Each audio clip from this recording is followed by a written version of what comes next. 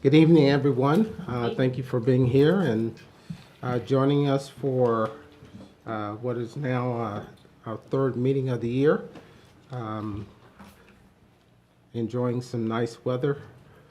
I say that just before the rain comes. Hopefully everyone got out today and enjoyed a little bit more sunshine and a little bit of the warmth. But glad you all were able to join us tonight, either here in person or virtually. Council, you have your agenda in front of you. We will follow along our agenda. First of all, by me calling the meeting to order and asking Pastor Morris to give us an invocation.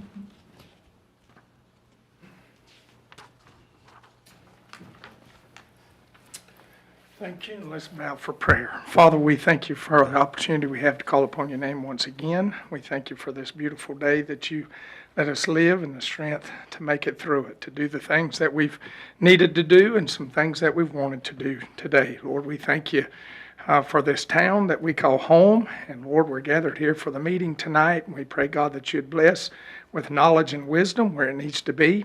Lord, we pray for always protection for the folks of our town and in our community. And Lord, as we're heading now toward the Easter season, we want to thank you for your Son that gave this ultimate sacrifice so that we all could be saved and make heaven our home. Again, we pray that you'd bless all that are here and all that are among our town and the meeting tonight. We ask these things in Jesus' name.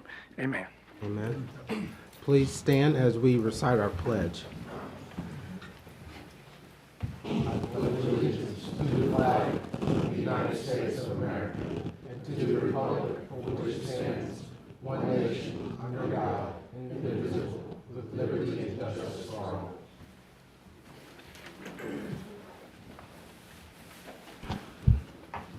Thank you for your participation.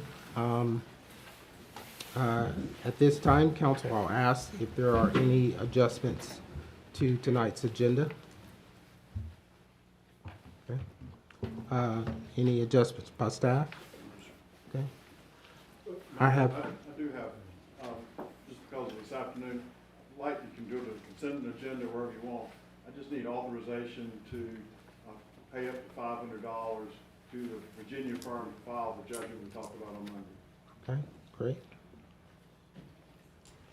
Council, if no opposition to adding that under consent, the $500 for the Virginia judgment, registering for that judgment. I'll ask for a motion to approve our agenda with the amendment. So moved. Is there a second? Second, Mr. Mayor. Any other question or comment? All those in favor say aye. Aye. Any opposition? Hearing none, motion passes. The next item is items that are covered under our consent.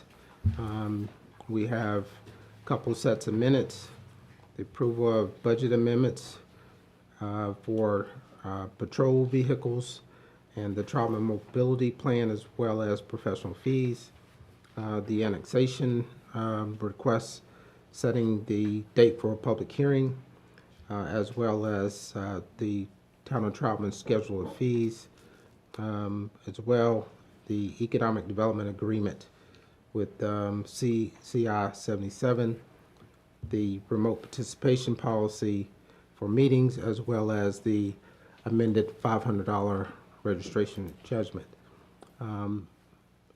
These items will be approved with one vote unless one of the council members chooses to remove that item for any reason.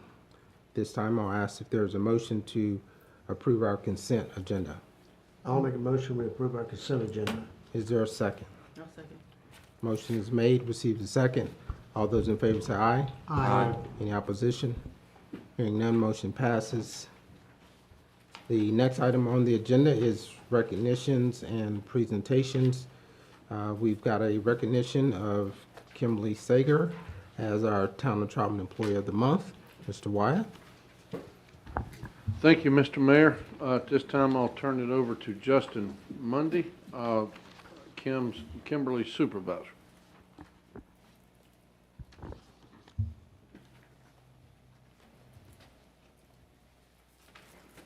Come on up, Kimberly. So, as you all know, we started Employee of the Month. Last month was the first time we've done it. So it's my honor to recognize Kimberly Sager for our February Employee of the Month for the town of Troutman. And she is our utility billing specialist, as well as customer service, as well as many other things. She's been with the town since last June, but it certainly feels like a lot longer. It feels like she's been here 5-10 years. She's taken over the billing process and has vastly exceeded expectations. I never have to worry about if the job's going to be done or if it's going to be done correctly. I know with Kimberly, she's going to take care of both. She's not reactive, but proactive. I cannot say enough good things about her. And I could go on and on, but I reached out to some of our employees here in Town Hall if they had any comments to say about Kimberly. So I'd like to read a few of those tonight. Kimberly is the type of coworker everyone loves having. She has a positive, can-do attitude and is never too busy to help. She does her job selflessly and with a smile on her face. She is a pleasure to have in the office. Kimberly is eager to help, has a positive attitude, and always wants to find a solution. Kimberly is an excellent problem solver. She will not stop until she figures out a problem either on her own or by finding a resource to get the problem solved. She always goes above and beyond for coworkers and customers to find the answer to address their needs. And last comment, she is always willing to help when I have a question or need her help with something. And since I get to work with her every day, it's easy for me to see that. But anybody else that has any type of work done with her, they recognize that as well. So the town of Troutman is greatly lucky to have Kimberly as our billing specialist. So congratulations, Kimberly. Thank you.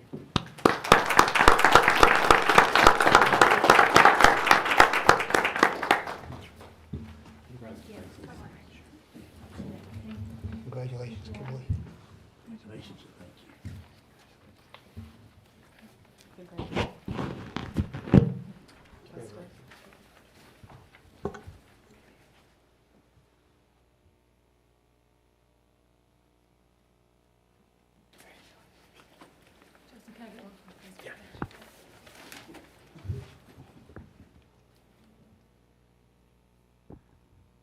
You want one with your family?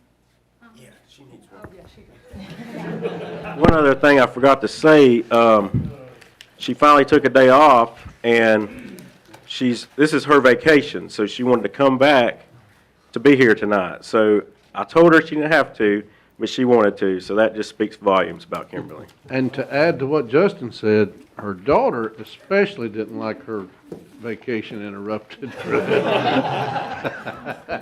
not blocking them. Let's shift that. Block Lily, we can't see Lily. There we go. That's perfect. 1, 2, 3. Thank you. Mr. Mayor, before you move on, just to add to what Justin said, one of the software companies that we use to do the accounts receivable and things of that nature, we have had him here numerous times due to turnover in the last year and a half, and we have spent the least amount of time having to pay for his services to train Kimberly, and she's been able to train other employees, and one of those also came tonight just because of the relationship they have in the front office, just to see her coworker recognized, and that front is truly working awesome, and her ability to grasp information and then even bring that to our attention on processes that we can improve has been phenomenal, and we do appreciate her. I'd like to add that it's also a cheerful atmosphere whenever you come up to the counter up there, and there's always a smile on both of them, and we appreciate that a lot. I can't say any more. So thank you, Mr. Harris, because clearly, as I've come up and they've been awesome to just to see how they welcome our customers, which is our town. And we really appreciate what you all do. So Kimberly, congratulations, and I hate that we interrupted the vacation. We won't keep you here tonight, and you're welcome to have your daughter to continue the vacation. So, thank you so much. Okay, next item on our agenda is our J. Hoyt Hayes Memorial Troutman Library standing report, and our library manager. Welcome. Hi.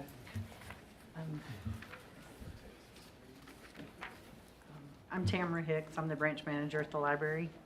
And I do have some numbers. There's a lot of little numbers, but I'll give them to you anyway. But I kind of went back for 6 months because I haven't been here since October. Sorry. But we have in-person program for children right now that we have, like toddler story time on Tuesdays.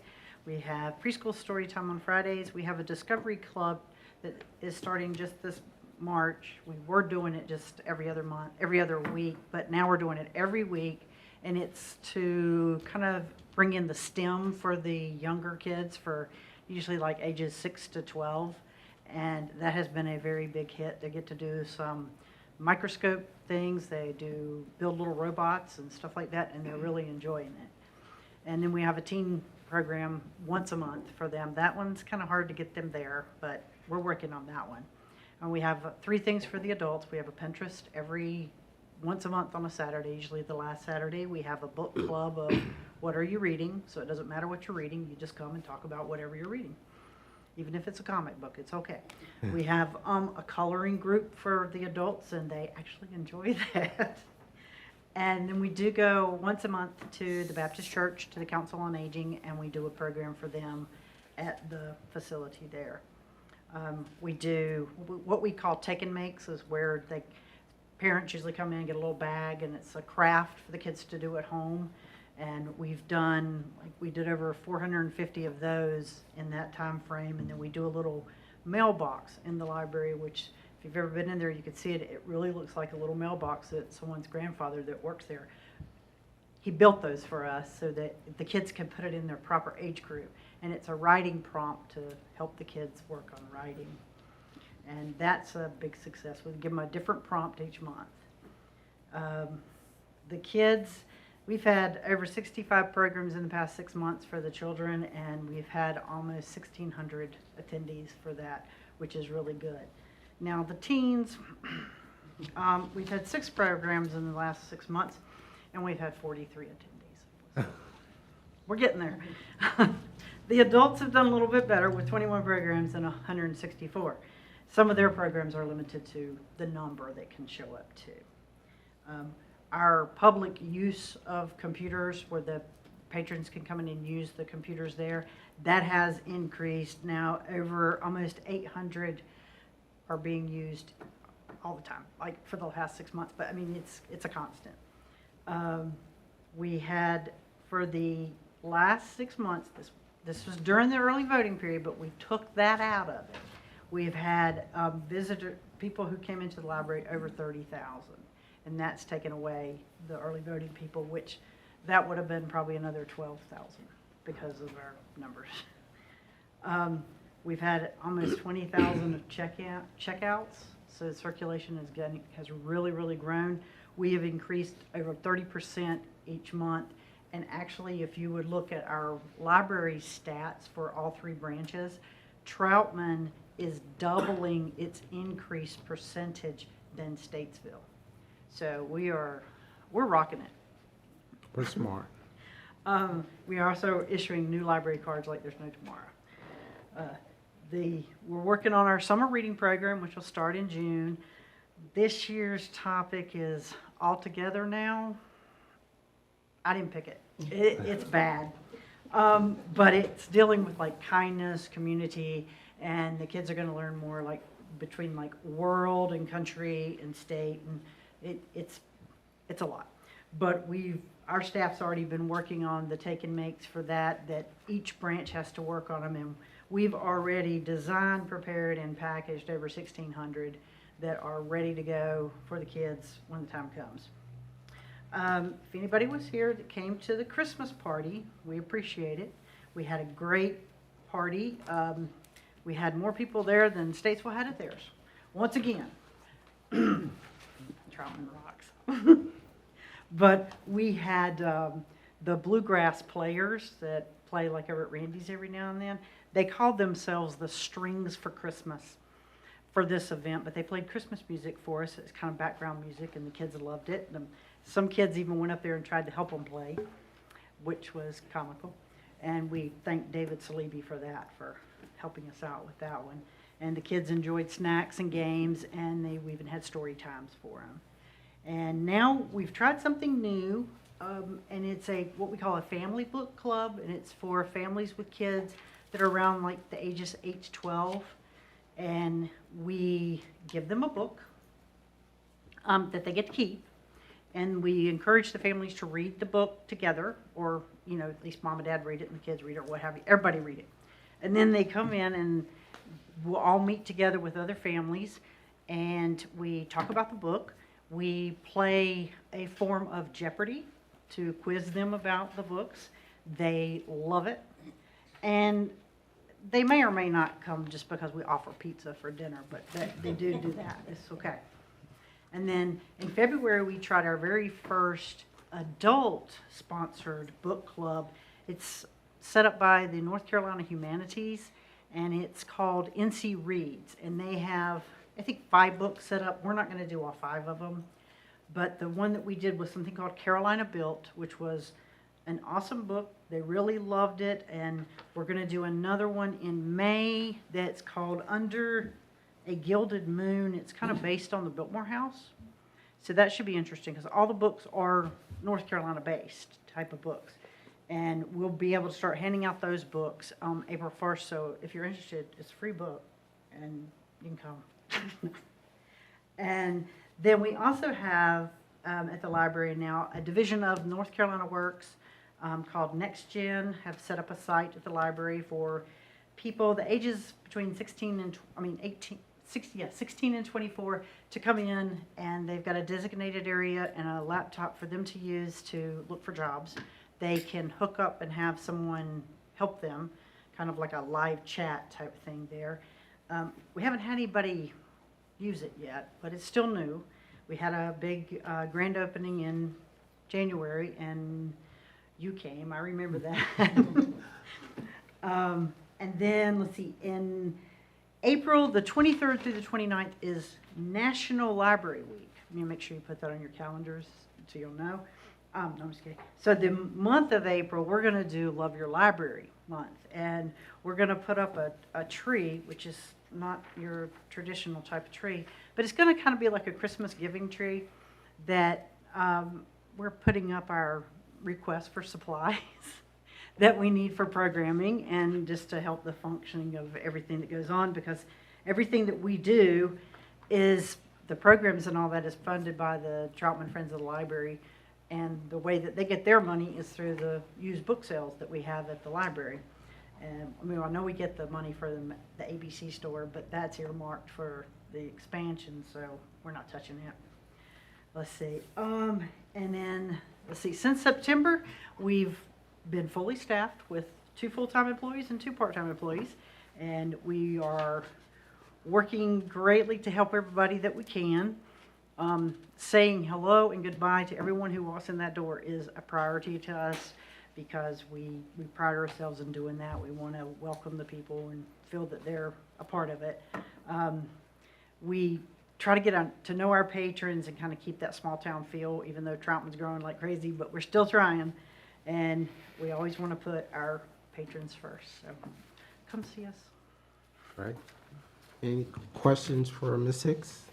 Don't have a question, I'll make a comment that, I don't know if my wife talked to you or one of the others the other day, but she came in when it had a list of books for the rest of the year from 2 book clubs she's in, and y'all were helping her get through, and she came up all excited about how much y'all had helped her get things prepared. She said, it's never been this easy. We try to help everybody. Okay, thank you Well, so that much. reflects it in your numbers and people even attending your get-togethers, I special know. events. It's, So it's growing. yes, congratulations for that. Thank you so much. Our next quarterly report is our Troutman Fire Department. Chief Morris. Thank you for the opportunity to come tonight and share a few things that are going on around the fire department. A lot of what I'll have tonight is just follow up from the last time I was here. It's been a little while, and so I'm a little bit behind on getting you our last year's numbers that we had as far as call volume, but I'll share that with you tonight. We did last year almost run 3,000 calls for the year. To be exact, it was 2,986 calls that we responded to last year, which we were up right at 500 calls from the year before, and we were up 500 calls from the year before that. So it looks like over the past 3 years, 2 years, that we've been trending up about 500 calls. So we had a big month, unfortunately, and when I say that, I'm not saying it's good. It's never good for the fire department to be run a lot of calls like the police department, but we ran our most calls we've ever run since I've been there, and it was about 350 calls in the month of December. And so normally we're around 250 a month, 225. So we ran 1,132 fire calls and 1,854 EMS calls. Our total training hours, this is man hours, total we trained 5,742 hours last year. Following up on some the report I gave you last time I was here, I told you that we ordered a new engine. That arrival time was supposed to be July of 2023. We just found out 2 weeks ago, it's been about a month ago now, that they're behind on that, and so we're not going to get that delivery till January of 2024. Sure. And so, yeah, go figure. And so that's, along with everything else, it's delayed that people are trying to get. So, so we're not going to get that truck in till then. Our Station 3 project was moving very, very slowly to get started on it. And then the rainy season, as the mayor mentioned today, a beautiful day today. We've had a couple, then it's going to rain tomorrow. But we are moving along with Station 3. As I mentioned before, we're going to add new living quarters on one side. The station and Station 3 is the one, if you're not familiar, out on Pineville Road. We're going to add some new living quarters on the left side if you're looking at the building, and new base space on the right side. They did get the footings poured for both sides last week, and they got the pad poured for the bay area today. And so got that in, and then they're set to pour the pad next week, weather permitting, so that they can start construction. From there, the building's there. It's been delivered as far as the steel structure on the bay side, and then getting materials are coming in so that they can start that construction, get it going at Station 3. Personnel-wise, our new hires that started in October, last year they have finished up their Firefighter 1 and 2 classes, certifications, and they are finishing up this month on their medical responder certification. So a lot of training's been put into that, but they are finishing that up. We are currently 3 positions, firefighters short, and therefore we are in the hiring process now currently as we speak, and we're currently accepting applications through our website, which is troutmanfirerescue.com. And we accept those, and we're hoping to start our agility test in April and move along in that hiring process to try to get those 3 positions filled. And then I want to, lastly, by way of being transparent, I have our financial audit for the fire department from last year. And I'm gonna leave this in the hands of the town manager, and he can give it wherever for y'all's filing, wherever you want to put that. So I'll give that to you tonight. So appreciate your support, and be glad to answer any questions that you may have. Any questions for Chief Morris?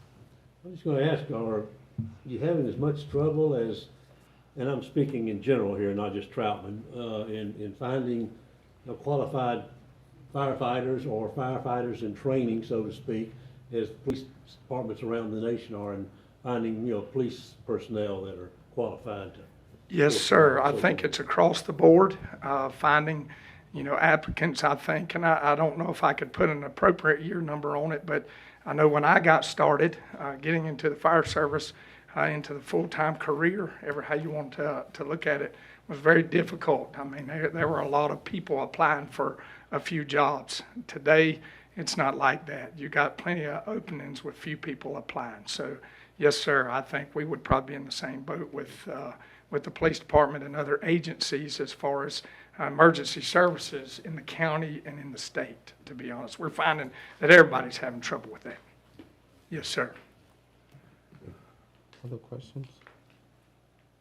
Great, thanks. Thank you once again for your support. Yeah.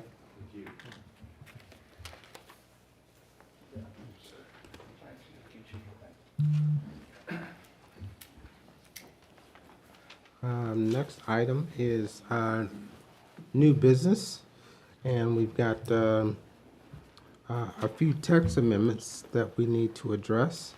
The first text amendment is case number TA 2302, EV charging stations. It's a request initiated by Dewberry Engineers on behalf of Tesla to amend Article 3 of the UDO to allow electric vehicle charging stations as an accessory use with additional standards. I will now open this public hearing and turn it over to Ms. Hare. Thank you, Mr. Mayor. This is a request to allow 12, or we received a request to allow 12 EV charging stations in the existing parking area of the Exxon station, which is located at 123 Julian Place. It has been received. Our current UDO, however, does not provide language that would allow us to permit this use.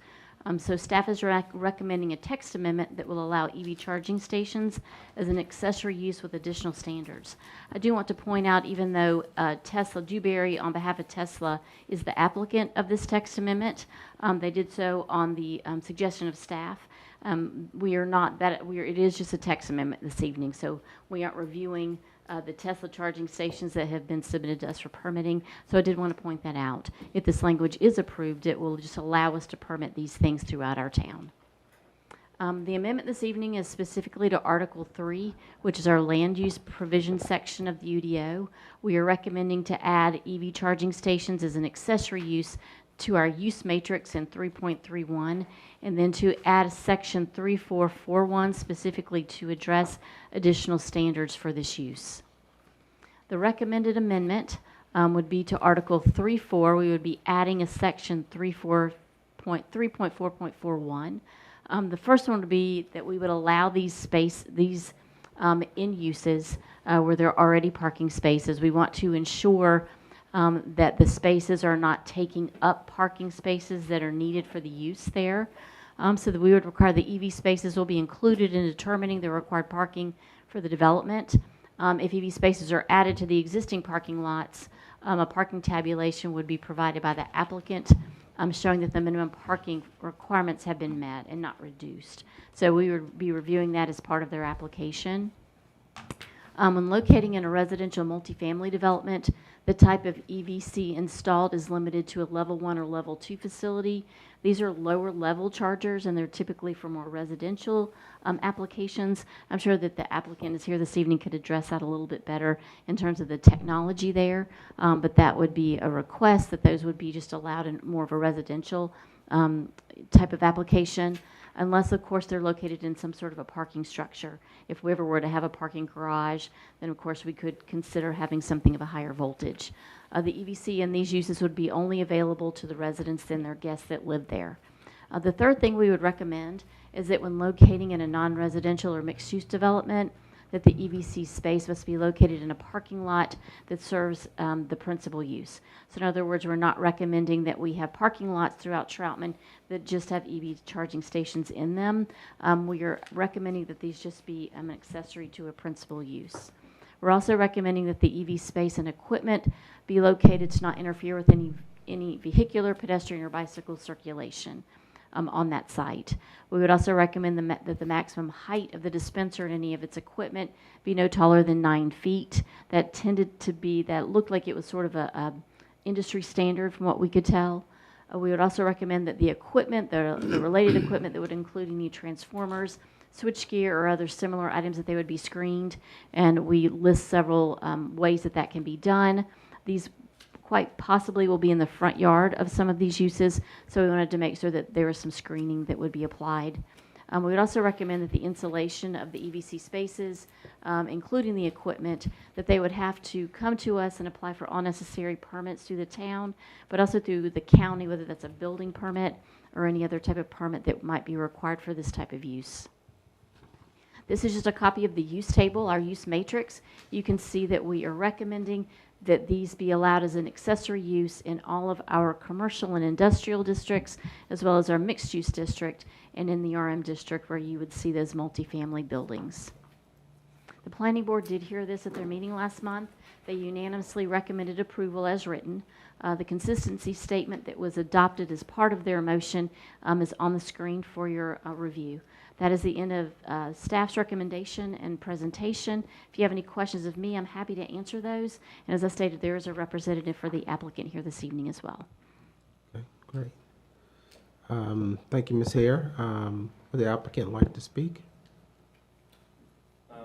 Yeah, sure, I can give everybody just a brief scope. Will you please come up and state your name and Okay. sign in at the podium? Cool, I signed in earlier. Great.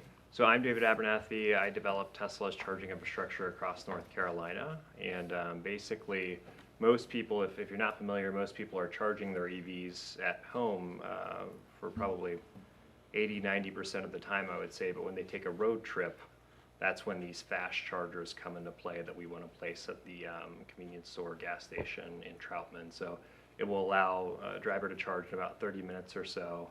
And basically, when somebody wants to take a road trip in a Tesla, they would just type in where they want to go on their car screen. It will load, account for the amount of battery that they have, and route them to these chargers along the way, and kind of figure it all out for them. So it will draw a significant amount of people to the area that would not have come there before, because they'll be stopping here to charge. We try to put them at a place where it's enjoyable. You're there for like 30 minutes, so can you get something to eat? Can you use the bathroom? Does it feel safe? So yeah, we'd be really excited to come to Troutman. Our closest one is in Mooresville, North Carolina, at the Lowe's Foods there. So yeah, happy to answer any questions if you guys have them. Any questions for the Can applicant? other cars besides Tesla charge at those? Not currently. So it's kind of complex, but there is no defined universal standard quite yet for electric cars. Hopefully it's sorted out within the next couple of years, but it is our ambition to open up the supercharger network to other electric vehicles at some point. But we have our hands full basically with Teslas as it stands right now. They are piloting opening the chargers to other electric vehicles in New York right now, actually, and we want to learn from that before we kind of, try it in other places. So. Other questions for the applicant?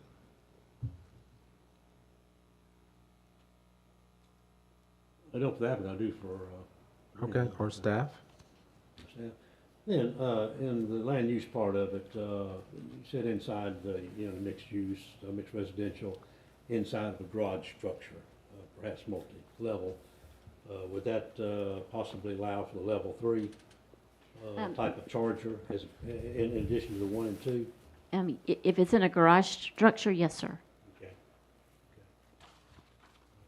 Let me ask you, I also understand that we do, in follow-up to Councilman Harris's statement, that Tesla has offered to share technological information with rivals so that it can eventually lead to where competing brands could stop, say, here at Troutman and charge as well at your EV station, Tesla EV station.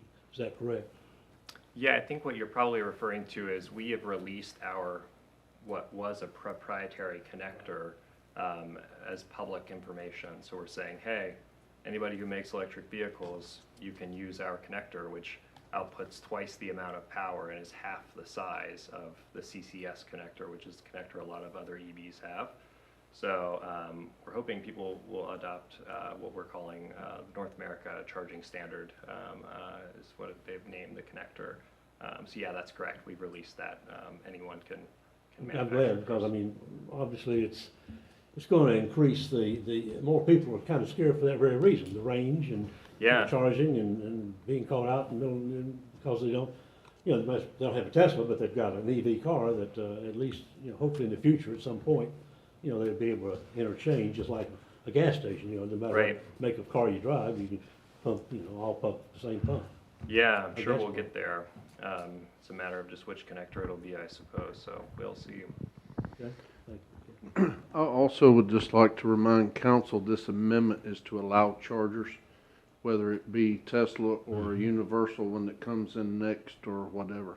The context of what is being asked of you all is just to allow it to be in our town limits. And the applicant is the one who just made the request, but it is for all chargers. Correct. Other questions? Yes, thank you for pointing that out, but not often you get a Tesla representative here in the town of Troutman, so thank you for coming. I do have a question. I think it's probably more for Planning Director Hare, but I do not have an electronic vehicle, but I do travel up and down 40 quite a bit.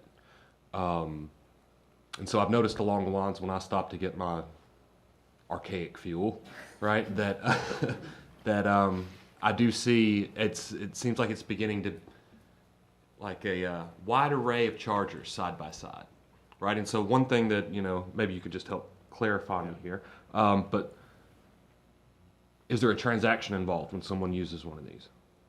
And how does this transaction take place? Yeah, so I can speak to our superchargers and how that works. So you will not see like a credit card meter or anything on site. Basically, when you purchase a Tesla, you have to use a credit card to place an order payment, and it saves that under your account. When you receive your car, we understand that that car belongs to, for instance, let's say John Doe in this case. And when they go to a supercharger and plug their vehicle in, the charger will automatically measure the amount of electricity that they used, and it understands that it's John Doe's car. And when John Doe unplugs that car, it will automatically bill them for the amount of electricity that they used. You can see how much your charging session is on your phone or on your screen, so you're not just like, whoa, I just spent so much money on charging, but it's pretty inexpensive. It's around like $15, $20 to fill up electric car. Does that answer your question? It Okay. definitely clarifies, because that's one of my concerns is like, because I'm not aware with the rates, you know, and Yeah. you know, it's like, is this the equivalent of filling up a gas, a gas vehicle? And if so, are we going to have these, what's going to equate to ATM machines, right, scattered throughout the town, right? You know, so I don't like, is what kind of attendance, you know, is necessary, things like that. I know it may not necessarily describe, you know, or apply to your line of electric vehicles, Yeah. but I think it's just maybe a little bit of a concern to me. It's, you know, this isn't exactly a air machine, you know, that's going off quarters. Yeah. You know, so, you know, I could see 10, 15 people use it, $45 to $75 a pop. You know, how often is that? You know, that's the thing. So I don't know, do they accept? I'm not asking you to speak on your competitor's behalf by any means. But, you know, is this, I'm not familiar with the technology. I would say for those who do happen to have either electric or hybrid, it is very reasonable, so it's not that expense that you're thinking, where it's $75 to recharge. And it's more minutes and kilowatts, how much that you're charging. So it's, and many of the stations in some particularly municipalities allow it to be done free of charge.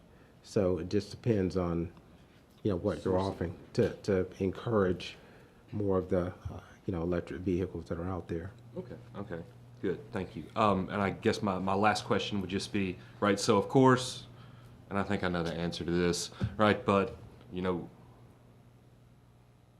we can allow for the installation of these, you know, under certain conditions, but then once it's installed, we have, outside of course, any maybe code violations, right, like you outlined, you know, we don't have the proper screening, something like that, and of course, safety, but we don't have any oversight over that, right? It would be just like any other use that we allow in the town. They follow our ordinances, we permit it, and they're allowed to operate as a permitted use in the town of Troutman. Okay, thank you. But as in the case of down here at the Exxon, where this gentleman will be putting them in, they'll be covered in some way, fencing, vegetation, berms or something? That's part of the ordinance. We're recommending that's that what they I be thought, yeah. screened. Yes, sir. Other questions? Mr. Abernathy, I guess on the last, he didn't bring any Tesla samples. Oh, no, I drove a Okay. Kia here. Okay. Um, All right. Thank you. Thanks for your participation. We appreciate it. But I think you should get a Tesla though. Yeah. Great. One question from Ms. Hare. As I mentioned, some municipalities do have these stations in and around their municipal area. Are you aware of any state or federal grants that will allow, for example, the town to put these in and around the town at this point? I have heard of them. I'm not personally familiar, but we can definitely do some research Okay. to see if that's something that we could do, especially with, the thought of building a new town hall. Right. But definitely something we could look into, for Okay, sure. great, thank you. Thank you, Mr. Abernathy. Thank you. Thank you. Would anyone here from the public like to comment on this text amendment? Okay. If not, I will now declare this public hearing closed. Council, you've heard from staff and public and staff and the applicant. We will now consider approval of ordinance 0523 titled an ordinance amending the Town of Troutman Unified Development Ordinance. I would ask for a motion regarding the approval of this ordinance. I'll make that motion, Mr. Mayor. Is there a second? Second. Motion's on the floor and received a second to approve the ordinance. Any other question or comment? Okay. All those in favor say aye. Aye. Any opposition? Hearing none, motion passes. The next item is that we consider a statement of consistency. Please read the full statement. Is there a motion regarding our statement? Yeah, you got it? I make a motion regarding consistency of this action, that this text amendment is consistent with the 2018 strategic plan and the Unified Development Ordinance, and is reasonable and in the public interest as it provides for EV charging stations as a permitted use and places conditions ensuring compatibility with surrounding land uses. A motion's on the floor to approve its consistency. Is there a second? I'll second, sir. All those in favor say aye. Aye. Any opposition? Hearing none, motion passes. Thank you. The next text amendment is case number TA 2301, mobile food trucks. Request initiated by Town Council to amend Article 3 of the UDO, adding mobile food trucks as an accessory use with additional standards. I will now open this public hearing, turn it over to Ms. Hare. Yes, thank you, Mr. Mayor. This is a request to approve a text amendment to Article 3 of our land use provisions of the Development Ordinance, specifically to add Section 3.4.40 to address mobile food trucks as an accessory use, and to amend our use matrix 331 to add mobile food trucks as an accessory to the accessory and temporary use section. Just to give you all some background on this, we have been experiencing an increase in the number of food trucks in our town. So Town Council directed staff to draft language to better regulate aspects of mobile food vendors. Our current UDO, Article 3435, mentions mobile food vendors but does not put standards or restrictions on them. So what we are recommending is that that a section be added to the UDO, specifically to Article 3.4, that would address mobile food trucks. We would recommend that they be classified as a temporary use. We're recommending two sections be added to 3.4.40. The first being that mobile food trucks that are owned and operated by a local food service business, such as a restaurant, a coffee shop, a deli, an ice cream store, that food trucks that are owned and operated by these types of businesses would be allowed to locate and operate on that property where the food service business is located, with a couple of criteria that if this is to occur, that the restaurant will be the principal use of the property or the food service, and that the mobile food truck would be located to the rear of the actual whatever the food service business is on that property. Just to give an example, there are restaurants that own food trucks. Sometimes they just park them on their property. Sometimes they actually open them there for business. We also have situations, for example, the coffee shop across the street where sometimes they're serving food there on Friday nights when they have live music, that type of thing. And if they own that food truck, they would be allowed to house that on their property. The second thing we would recommend that mobile food trucks would be, as I mentioned, a temporary use with the following criteria. We would allow mobile food trucks that we would permit them for a maximum of up to 3 months per calendar year at the same site. So what that means is a food truck could locate on the same piece of property for no more than 3 months in a calendar year. They could do that in 3 consecutive months. They could decide they want to locate at Food Lion for 2 weeks and then come back a month later, however they choose to use that time. We as a department would regulate that by issuing a temporary use permit for these uses. We would also require written permission from the property owner saying that they have allowed these uses to operate on their property. We would also require that all permits from Health Department, Environmental would be applied for and met. We would require that the trailers, carts, and any other related storage associated with the food truck be removed by the close of business each day. We would also state that the use may only be located on lots occupied by non-residential uses. So in other words, a house that might be right here on Main Street couldn't just decide to set up a food truck there for 3 months. So if it's a residential use, we would not allow that. We would also suggest that the use be located a minimum of 15 feet behind the existing road right-of-way. We want to make sure that they don't in any way impede the flow of traffic or be any type of sight hazard for people pulling in and out of sites. The statement highlighted there in red was a recommendation from the planning board, so I did want to point that out. We would also state that no signage would be permitted except for signs that are painted or applied directly to the mobile food unit.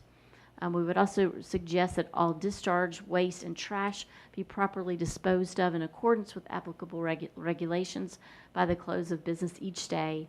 And then we added a section at the request of council that addresses exemptions. We would suggest that food trucks participating in town events that are held at Troutman ESC Park or any town-owned property would be exempt from these requirements, as well as food trucks associated with events held at the Iredell County Fairgrounds. And then we would also suggest that food trucks that are hired for special events lasting no more than 8 hours, such as a wedding. A lot of HOAs will have a food truck Friday where they may have food trucks at their amenity area in the neighborhood.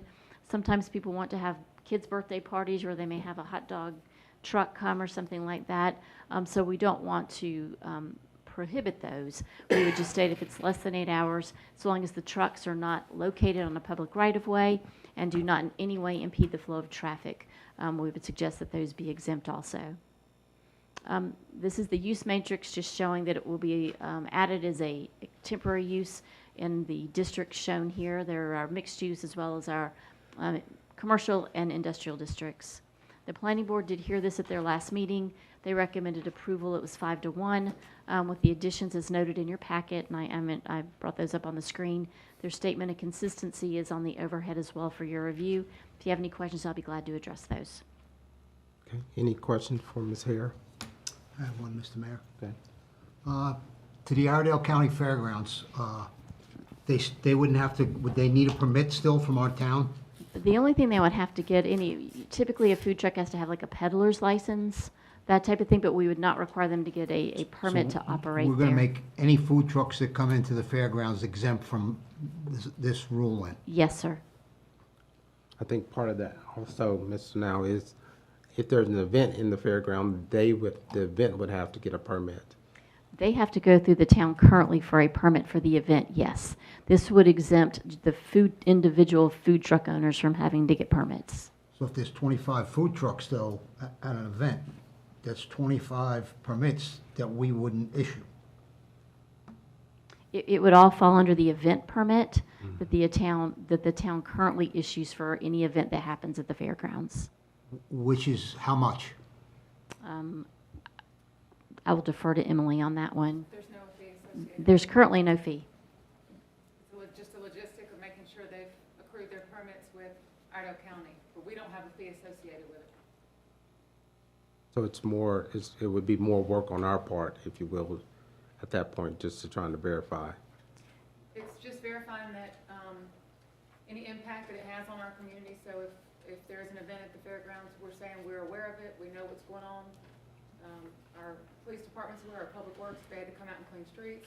If there's traffic impact, we're aware of what's happening in our community, we're allowing it to happen. There's no financial impact, there's no dollar value attached to it, so honestly, it's a completely different permit than one where there is a financial impact.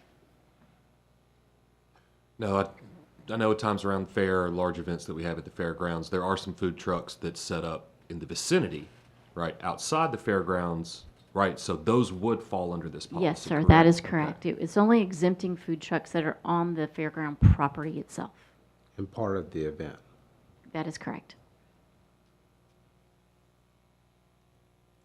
What's the fee schedule for those that are, not speaking of the fairgrounds, but every day, under the 3-month usage outside of fairgrounds? What's the fee schedule? Well, currently, a temporary use permit falls under our zoning permit, which is $45. You mentioned peddler's license a while ago, and that, I hadn't thought about that. Peddler's license covered under any of this for the food trucks? We I are can't currently remember. issuing those. Excuse me? Yes. We currently issue those, yes, sir, Yes, on a yes. regular basis. That's Would that correct. be involved with these food trucks as well? This permit would be in addition to that peddler's license. Okay. That just allows them to operate in the town as a business. So they would This is be a use two different, permit. That is correct. Two different permits, if you will, and two different Yes, sir. fee schedules. Yes, this basically would regulate it as a use. The peddler's license basically regulates it as a business. We're just saying where they can and can't locate, for how long they can locate, that type of thing. It's basically to operate, as you say, to operate in town, in the business. Right. Okay, thank you. Other questions for Ms. Hare? I had one and she just answered it, so thank you.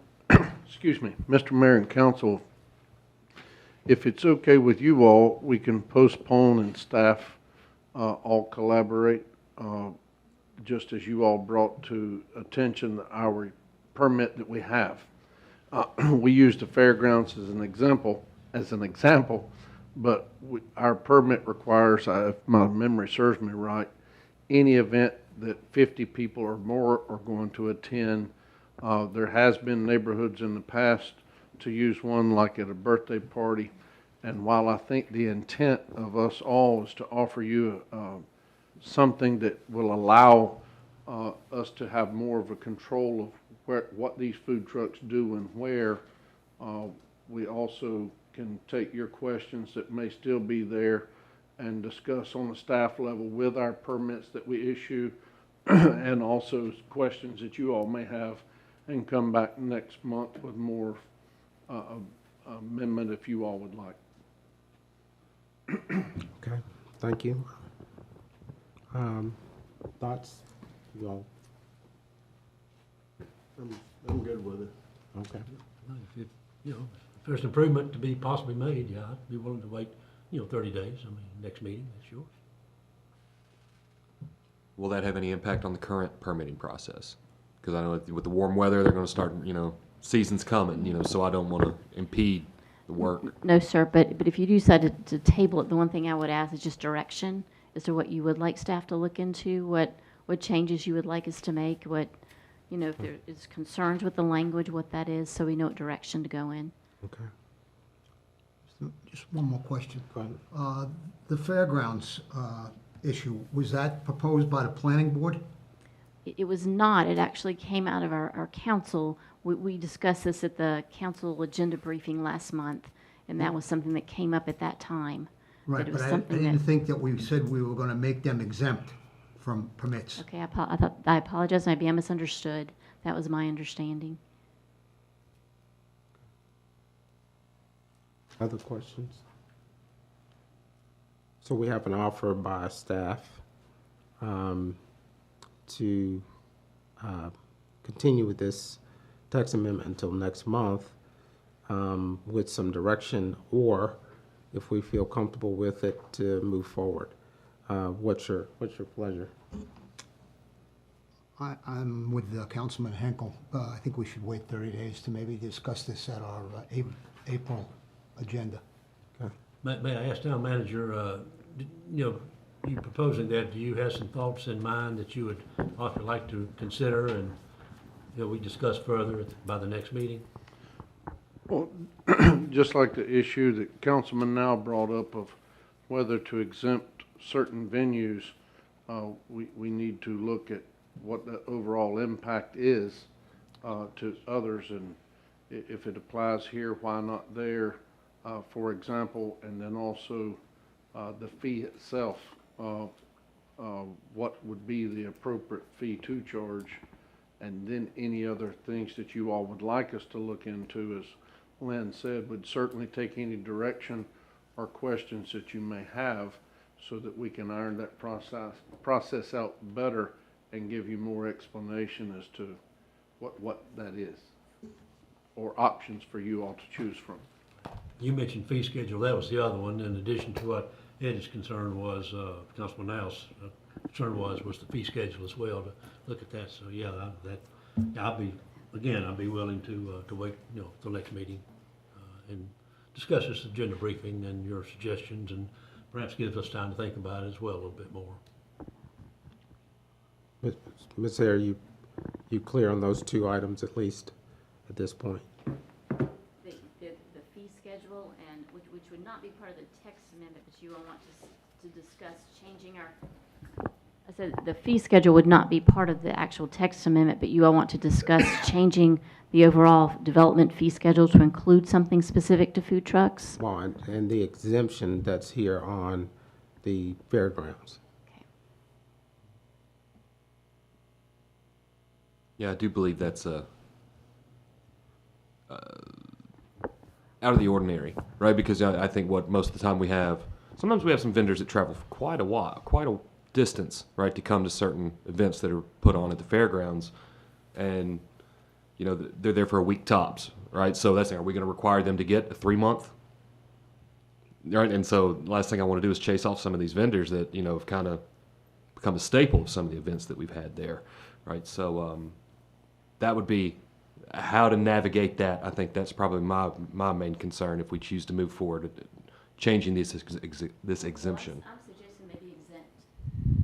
Right. I'm just what you're being directed to do. Okay. As far as how does that look, and how is this exemption going to apply to certain events? That would be one of my concern points, and how you look at that moving forward. And that may be something we can discuss at the agenda briefing once you bring kind of both of those options back, and we can weigh in on, what the options are. Yes, sir. And also, even though the fee part is a part of our fee structure and not a part of this amendment, if we're changing the time frame that they can be here and where they can be, then that certainly warrants that we may need to make an adjustment there as well, depending on what you all's direction is. And that's what I'm asking for clarity, is if we are changing times and limits, that we offer you two things to consider, not just an amendment for food trucks. Okay. I also think there's some confusion in some of the language, nonprofit special events with the fee associated with those, and then for-profit vendors who are food truck, mobile food vendors who are for-profit. And there's some overlap in our language there that we need to iron out, and we can come back with you with some more specific language, and once we collaborate there, because I think we're getting confused with special events and mobile food vendors, and I think permitting and those kind of things, that language is getting confused. So we'll collaborate and we'll come back. So between the questions that you've asked today, and on-site, on-town property, and Iredell County Fairgrounds, where that confusion happened at agenda briefing, we'll clean that up and we'll come back next month. Okay. So, council, can I get a motion to continue this item until our April meeting. So moved. Motion's on the floor to continue this public hearing until our April meeting. Is there a second? Second. All those in favor say aye. Aye. Any opposition? Hearing none, motion passes. We will continue that public hearing in April. Next item is a text amendment, case number TA 2303, front setbacks, requested initiated by staff to amend Article 4 of the UDO to allow certain structures to encroach into the established front yard setback. I will now open this public hearing. Ms. Hare? Yes, sir. This is a text amendment to Article 4, Building Design Requirements of the UDO. We are requesting that Article 4.2.1D would be amended to allow certain structures to locate in front yard setbacks. Just to give you all some background, we have received several applications to allow shelters to be placed over mailbox kiosks. I'm sure you're all familiar with these. New subdivisions do not place mailboxes at the end of driveways. Basically, the post office is requiring that mailbox kiosks be added to these neighborhoods. So developers are wanting there to be shelters over these things, just to provide convenience to the residents, so they're not getting wet when they get out to get their mail. There may be packages that are left in these locations as well. So this is something we've been seeing frequently with the new developments that we're having here in town. The current UDO, Article 421D, mentions exceptions to setbacks, but does not address structures that could be located in a front setback, such as the shelters mentioned above or other potential structures, such as a bus stop shelter. We would recommend adding Article 4.2.1D as follows. We would add a number 10 that says mail kiosks and related shelters, such as bus shelters or any other similar public structure, shall be permitted to encroach into the front setback on lots used as common open space or lots used for public purposes, so long as the structures do not interfere with the required site triangle or adjacent driveway or street intersection. And then we would also allow EV charging stations in front setbacks, because we do see this as something that could occur. The planning board heard this at last month's meeting. They recommended approval as written. The statement of consistency is on the overhead for your review, and I can answer any questions you might have. Okay, thank you, Ms. Hare. Any questions for Ms. Hare regarding front setbacks?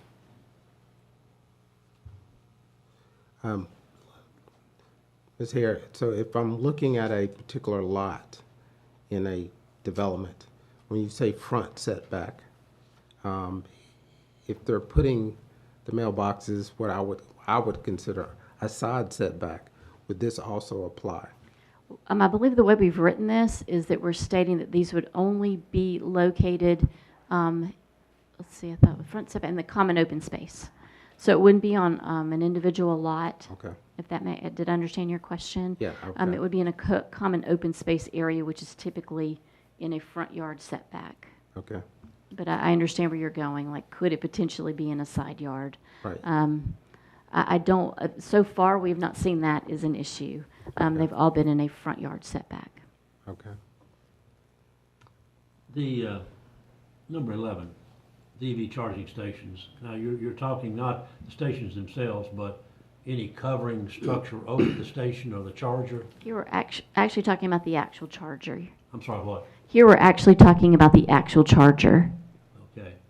So they would be, and in any covering, if necessary, or the installer wanted to provide, you could have such as in the mailing kiosk, you could have a shelter protecting the charger, but it would include the charger and any shelter over the charger. Yes, sir, that is correct. Right. I would ask just for clarification on something. In most of the time when you see these mail kiosks, in these newer developments, there is a dedicated, I don't know what else to call it, but a cutout space. Right. It goes well beyond, a street parking, access. Is this something that we do currently have in the requirements, or is that? The shelter itself, or No, for the no, driveways? as far as the The pull-off placement, the space. pull-up, that is something that is approved, yes. When the plans are reviewed, that's just considered a parking lot, really, or a driveway, and we do, those are approved through our review process. Okay, thank you. Other questions for Ms. Hare? Okay. Is there anyone here from the public that would like to comment on this text amendment, front setbacks? Okay. I will now declare this public hearing closed. Staff, you've heard from Ms. Hare. We will now consider approving of ordinance 0723, titled an ordinance amending the Town of Troutman Unified Development Ordinance. Is there a motion to approve the ordinance? I'll make that motion that we approve the ordinance. Is there a second? Second. Motion is made, receives a second. Any other question or comment? Okay, all those in favor say aye. Aye. Any opposition? Hearing none, motion passes. We will now consider our statement of consistency. Please read the statement in its entirety. I'll read that, Mr. Mayor. Thank you, Mr. Now. Statement of consistency, text amendment TA 23-03 is consistent with the 2018 Strategic Plan and Unified Development Ordinance, and reasonable and in the public interest, as it would allow structures used for public purposes to be located in areas where they are intended to be located. Thank you. Motion's on the floor regarding our statement of consistency. Is there a second? I'll second. All those in favor say aye. Aye. Any opposition? Hearing none, motion passes. Thank you. The next text amendment is case number TA 2304, addressing where sidewalks are required. Request initiated by staff to amend Article 7 of the UDO to clarify where sidewalks are required in new developments. I will now declare this public hearing open. Ms. Hare? Yes, sir. This is a request for a text amendment to Article 7, which is our subdivision and land development section of our development ordinance, specifically to amend Article 751A2. This is really just a clarification. We really do strive as a community to provide walkability. Sidewalks are a major way that we provide pedestrian activity and connectivity in our town. And all new developments are required to have sidewalks on one side of the street. However, our UDO in that article that I mentioned previously, sidewalks are required on all roadways, excuse me. Alleys, lanes, parkways, and rural roads, and references road types that are in section 773. Parkways and rural roads are not included in this section, and lanes shows sidewalks being required also. So there's just some conflicting language in the section is what we're trying to say. So by not requiring sidewalks on rural roads in the town, we have no mechanism to require that we have sidewalks along the front of developments that are along NCDOT streets that are not maintained by the town. Specifically 2-lane streets that are outside the town limits that may be in our ETJ. Westmoreland Road is a good example of this. Alleys are just something that are used as a service way, so we would not require sidewalks there, so we feel like that needs to be removed. So what we're recommending is that the language on the overhead in red just be stricken from the development ordinance so that we can require sidewalks where needed, and that is that's the request. It's pretty simple. The Planning Board reviewed this last month and is recommending approval based on the statement of consistency that's on the overhead. Okay, thank you, Ms. Hare. Any questions for Ms. Hare regarding this text amendment? So, my question is, we have some in the process, sidewalks. Yes, So ma'am. those have to happen now with this ordinance now, so. They have to happen anyway. Yes, ma'am. They're in the process of happening, yes. Right, right. Did I hear you say that the alleys will be in that stricken area? Yes, we would not need, or you wouldn't want a sidewalk in an alley. Yeah, because I noticed that on the one I got here, the line stopped right after alleys. You're like here? Well, I think we've added the word except They're already alleys. there. Yes, Okay. yes, sir. Mhm. I just want to make sure I heard you right. Other questions for Ms. Hare? So then this just, again, covers just this outside town limits. The inside town limits is covered. As far as sidewalks, requiring sidewalks, it's just outside town limits. we're talking about? Well, it covers us allowing sidewalks on, that was just an example, but it allows sidewalks on rural streets as well as on one side of the street in RS and the RT districts, which could be inside the town limits, so it would apply to both. Okay, we would apply to RS and RT as well inside? Yes. Okay. Other questions for Ms. Hare? Okay. Would anyone here in the public like to comment regarding this text amendment? If not, I will declare this public hearing closed. Council, you've heard from Ms. Hare regarding this text amendment request. We will now consider approval of ordinance 0823 titled an ordinance amending the Town of Troutman Unified Development Ordinance. Is there is there a motion regarding this text amendment? I'll make the motion, approval of text amendment, case number TA 2304 as presented. Is there a second? Second. Motion is made, received a second. Any question or comment? Okay, hearing none, I'll call for the vote. All those in favor say aye. Aye. Any opposition? Hearing none, motion passes. Council, we will now consider a statement of consistency. Please read the statement in its entirety. I'll read this one, Mr. Mayor. Thank you.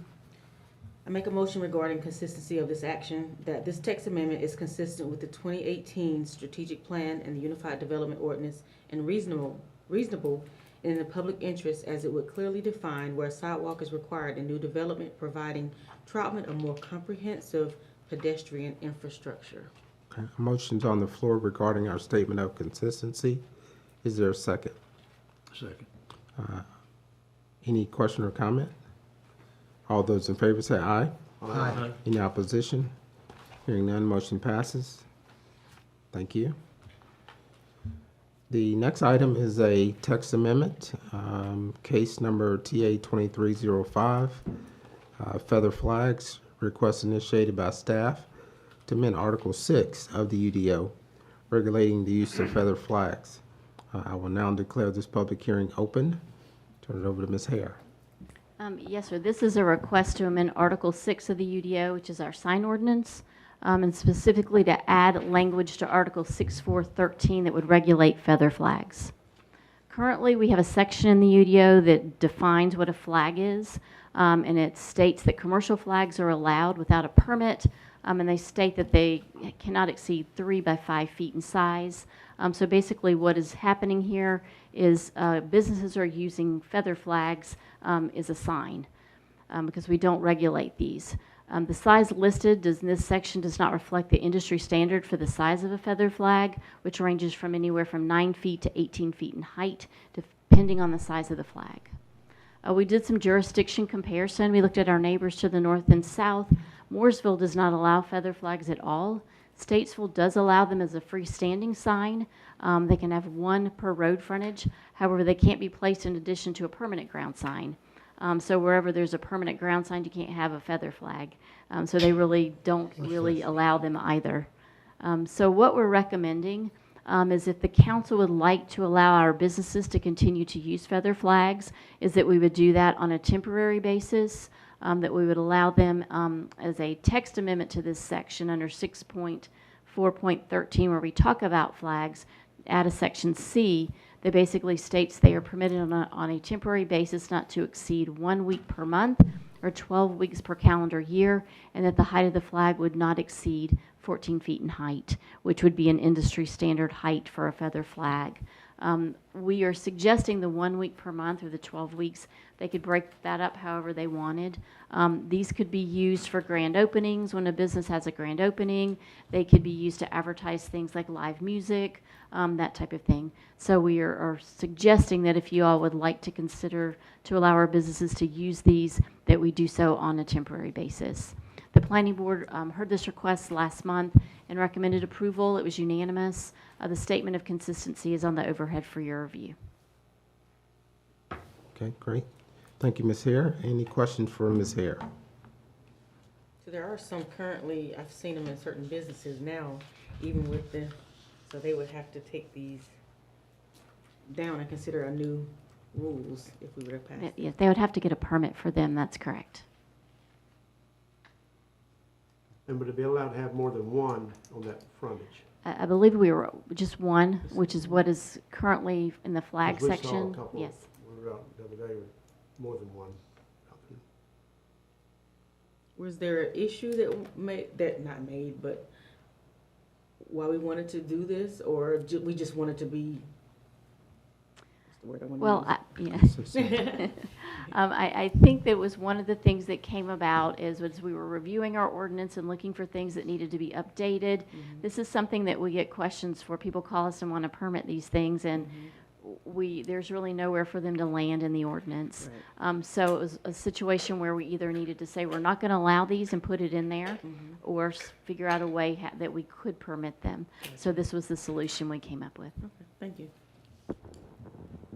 I will also add, we have had several citizen complaints as they go to leave certain areas with the flags and multiples in areas to where there's a multiple business, then they can't see left or right. And one that just arrived this week, we may have to come back before you later, is at least one place is leaving the frame up. They're taking the flag down, but they're leaving the frame up permanently. So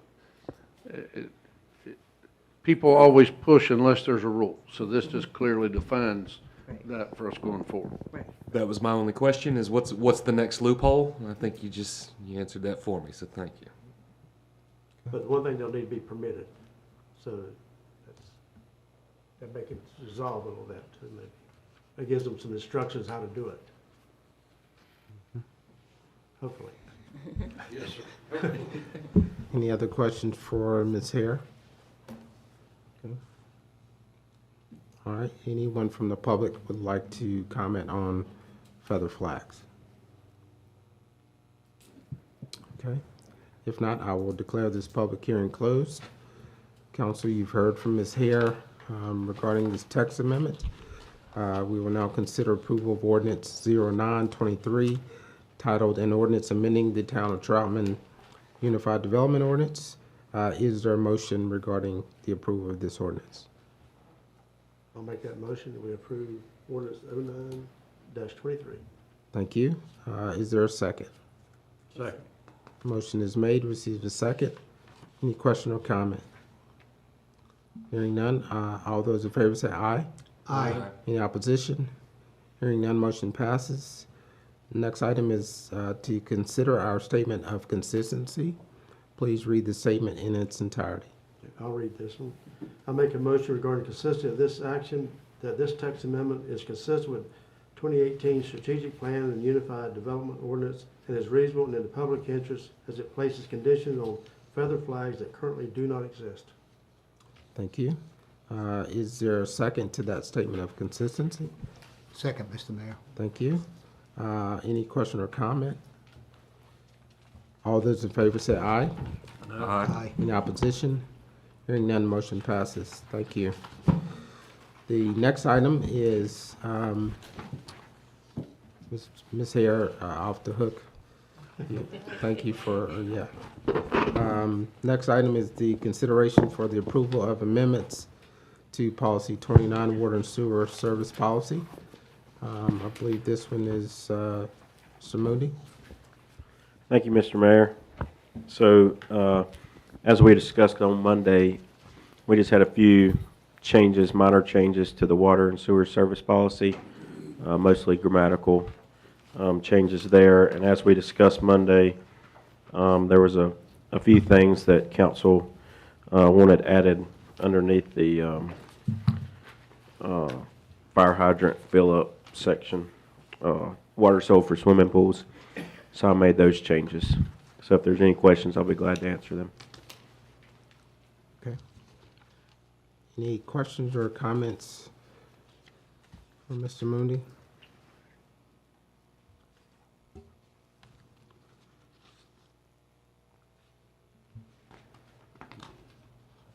All the requested changes, I believe, are made.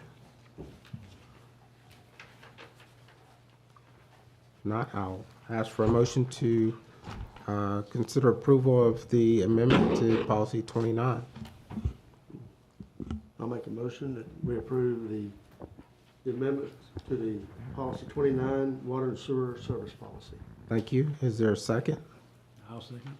Motion is made, received a second. Any question or comment? Hearing none, all those in favor say aye. Aye. Any opposition? Hearing none, motion passes. Thank you. The next item is consideration for the modification or termination of the annexation agreement between the town of Mooresville and the town of Troutman. Mr. Wyatt?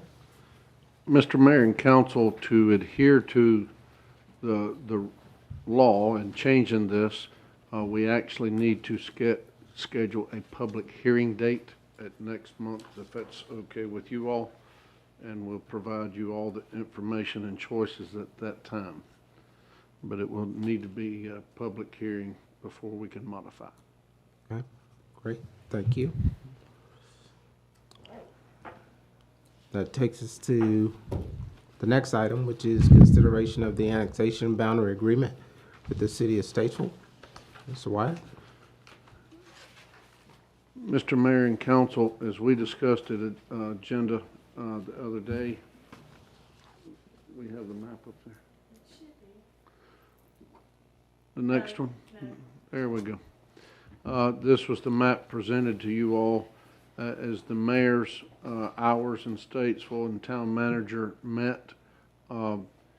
This is pretty close, as Mayor Pro Tem and the mayor can advise the rest of council, pretty close to what we tried to achieve over several years. Statesville also feels the same way. It's pretty close to what they tried to achieve. And certainly recommend, after you all have had the map and see that the dividing line going north is Moose Club Road, the exit 45 in the south western quadrant would then be in the town of Troutman, and the basic description is Wallace Springs Road traveling north on both sides would then go to Statesville, as far as us both allowing property owners on either side of that line to either go to Statesville or to come to Troutman and ask for annexation or services. And I do recommend, or be glad to answer any questions you have on it, but do recommend it.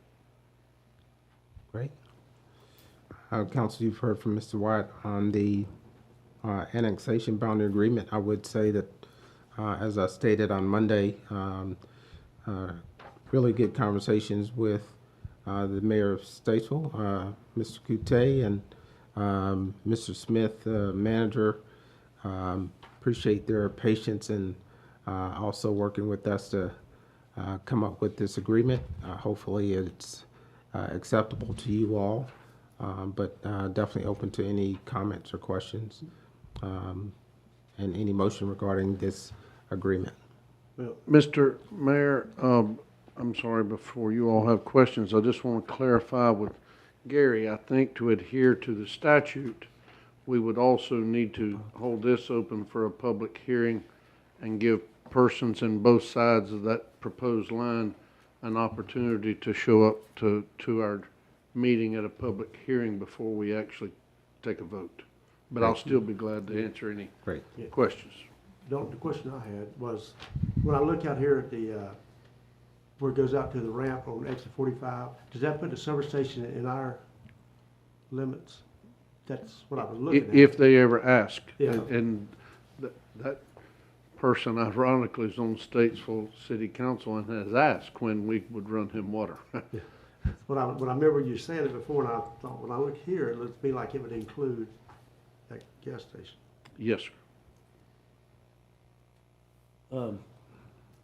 Now, our town attorney had, when we discussed this, and I understand, but I'm just saying that this is you know, when we hold a public hearing next month, and I presume we will, and I guess I'm asking this of you, Mr. Mayor, and the town manager, we give it a thumbs up or thumbs down vote, that we are recommending this to the Statesville City Council for them to either agree or disagree, to accept it. Yes, sir, that's correct. And then they would also need a public hearing. And if it's like we normally do business with our neighbors, in our tentative agreements and barring no disagreement, I would expect they will also have it on one of their meeting schedules also to do the same thing that we're doing. And yes, but either thumbs up or thumb down. If it's thumbs down, of course, it's irrelevant, but if it's thumbs up and they also have a thumbs up after a public hearing, then it would become in effect when either one of the two parties sign it last. That's when it becomes effective. There would need to be a written agreement before you'd want to do a public hearing, so I wouldn't necessarily schedule it for next month because it may not be a written agreement. I think now you would just be voting whether or not you agree on the concept of the line contingent upon a written agreement. Okay. Now, I'm sorry, then you say it would not be an actual agreement, it would just be an MOU, if you will? There'll be an actual agreement, but it'll be 4, 5, 6 pages long. And that's when you'll have your public hearing. Right now, you're just voting on the concept of where the line is based upon that final written agreement. So we can do that tonight Yes. without, That shows to them your intent to accept it when the agreement's done. And then the agreement would be in detail and presented at the hearing, and next month's meeting at the hearing. Sometimes those agreements contain all of the PIN numbers. Some have meets and bounds descriptions and anything like that. It can get pretty detailed. I agree with everything he said. However, under the circumstances in our conversations with Statesville, I think we certainly can have the document prepared and ready for next council if you all wish to have the public hearing. But worst case scenario, if it's not prepared, we can postpone it for a month if it's already scheduled. Okay. But So tonight, we would vote on the concept. you would vote on the concept, and I think that would give Statesville the indication that, you know, we consider approving this until we get the Correct. detailed agreement. So can I have a motion in that regard? I will so move, sir. Is there a second? Second. All those in favor say aye. Aye. Any opposition? Hearing none, motion. Thank you. Appreciate that. And again, look forward to working with our neighbors to the north on the details of that agreement. Next item on the agenda is public comments. Public is invited to address the council for 3 minutes per individual. Speakers are required to sign in at the podium and adhere to Title Town Policy 51, title governing comments from the public at town meetings. At this time, I'll ask anyone here from the public who would like to comment. Good.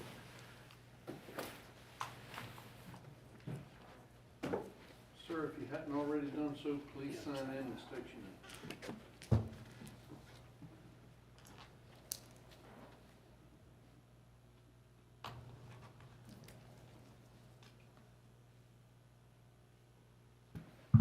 My name is Nathan Feemster.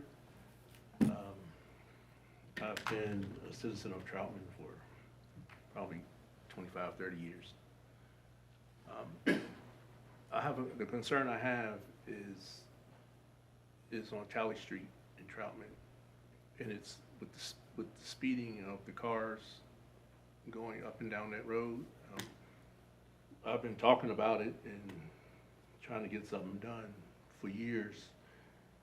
I don't know where or how it can be accomplished, but I would really like for something to be done about it, because I've had 3 incidences already from where I live. There's a curve coming from West Street where that new development is. There's a curve there. Where elderly people there also. I might not look elderly, but I am. Cars come around that curve doing faster than 35. When I come out my driveway, or I come out my aunt's driveway, Miss Mary Starks, almost got rear-ended. 3 times I've had incidences where someone's hit my mailbox, hit my tree, a tree in my yard, and almost hit my vehicles in my yard. And I'm just asking y'all, I mean, is it something we can do about that? Because I have a grandson, and I'm pretty sure y'all have children, and he's out playing in the yard sometimes. And I mean, I'm scared to death if he gets hit by a car or killed. I mean, and it's not. It seems to me it could be solved easily. I mean, y'all put up the 35, the black box stating that you're going too fast, but that doesn't hinder anybody from going through there because they can see it coming from a ways, so they'll slow down then and then they'll just speed right back up again. But and I'm wondering, can that be changed to like 25 miles per hour? I see 25 miles per hour everywhere in other areas, but that section right there is mostly elderly. And you have the Vesti vineyards down the street. And I'm just afraid that somebody's gonna get hurt or killed. And I don't want it to be me and one of my family members. And I'm pretty sure that if this was going on in other areas, that something would be done about it. So can y'all help me out, please? Okay, thank you, Ms. Feaster. May I direct Mr. Feaster at this time? Mm-hmm. We certainly understand and are trying to do some pedestrian improvements out there too. But just one of the things to clarify for your knowledge and those that may be viewing us otherwise, that's not a town street or a town road. Highway Patrol, North Carolina DOT is the ones that would actually make any speed limit changes. I don't think town council or staff would have any objections in supporting several of you all that live in that area to make such a request. But I know our police have worked it on a regular basis at irregular times and trying to adhere to it. I personally have not talked to you, but I have Miss Mary Starks on a couple occasions about it over the years. And it is certainly one of those things that we are cognizant of, not just with the area that you're speaking of, but even through Englewood and some other streets that's nearby. But thank you for coming and taking the time to make us aware. I'll be glad to talk to you more about it and meet with anybody out there so that you can organize maybe a petition to get DOT to come out and do the study to see if it warrants a speed reduction. Because again, just so many people, pedestrian-wise, there's no room for them to walk. The town is in the process of trying to get that done quicker than it appears. But once that sidewalk happens, that may be an additional reason why the state would consider lowering the speed. Mr. Feaster, I could say that I do know officers have went out there and worked at some, but we have done target enforcement on areas like we did for a while on West Avenue where we've been getting a lot of complaints. But I can ensure that we can start doing targeted speed enforcement operations on Talley Street within the next couple of days. Start trying to bring that down through enforcement. And we'll do what education methods we can do as well, or there in the city limits part. The police department will be doing that. I appreciate it. Do y'all want to make some money in the town? If y'all put up 2 cameras going each way, y'all pay for that and pay for everything else that you need in no time. Okay. I wish it were legal for us to do that. Thank But you. thank y'all. Have them all over town. Yeah, that might be our town hall. Thank you. Anyone else like to comment, speak to council? All right, great, thank you. We will now move into elected and official reports. I'll start with council, starting to my left. Okay, I'd just like to thank Lynn Hare for her work on updating some of the UDO amendments. I know we asked her last year, started looking at them, but we were so busy with developments that she didn't have a chance. So she's finally got there. And also just want to mention to Linda, I sat at Cartpo beside a gentleman named Brad Richardson from Stallings, who said that our gain in the planning development department is his loss, because their town really misses her. So that lets know, it was good to hear a good comment about you there. And then also Justin, with the water and sewer policy, the changes, I mean, I just wanted one little simple change, but it became like killing a dog or something. That was a hard time to get through, but I appreciate you getting it. Okay, great. Ms. Harris? I too would like to thank Lynn for all your hard work. There was a lot tonight. Thank you for the work. And I hope our questions didn't irritate you, but thank you for all of that work tonight. And thank you to all of the staff for all of your work. I just want to recognize Lynn for that work tonight. As you all, whoever's listening may have noticed, I was not here last month, and I just wanted to thank everyone for the condolences on the loss of my father-in-law, Silas Harris, who was, Claire, I think he taught everybody in Statesville, because everybody I talked to said, he was my teacher, or he was my mom's teacher and my teacher. So thank you all for the words and for the cards and for all of the condolences at that time.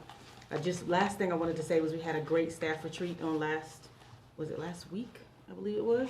And I just thank the staff again for all the hard work, just seeing how much work the staff is doing and everything we have going on in our town. You know that our staff cares about our town, and we are very appreciative of all of the work of all of the town staff. That's all. Mr. Now? Thank you, Mr. Mayor. Just happy to see with this good weather we've been having, our residents and citizens using our beautiful park and beautiful greenway. It was nice to see a lot of people down in the park and walking our greenway trails. And also for our Irish citizens, next Friday, hope they have a nice, happy St. Patrick's Day. Thank you. Can I add one more thing? I'm sorry. Happy International Women's. Oh, That's sorry. right, not Okay, to my let you bad, do my this. bad. And Women's Day was yesterday, but this is Women's Month. So Mayor was gonna say something else. I'm gonna let Yes. you have that.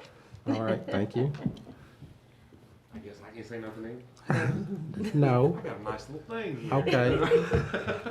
Well, it sounds nice to me.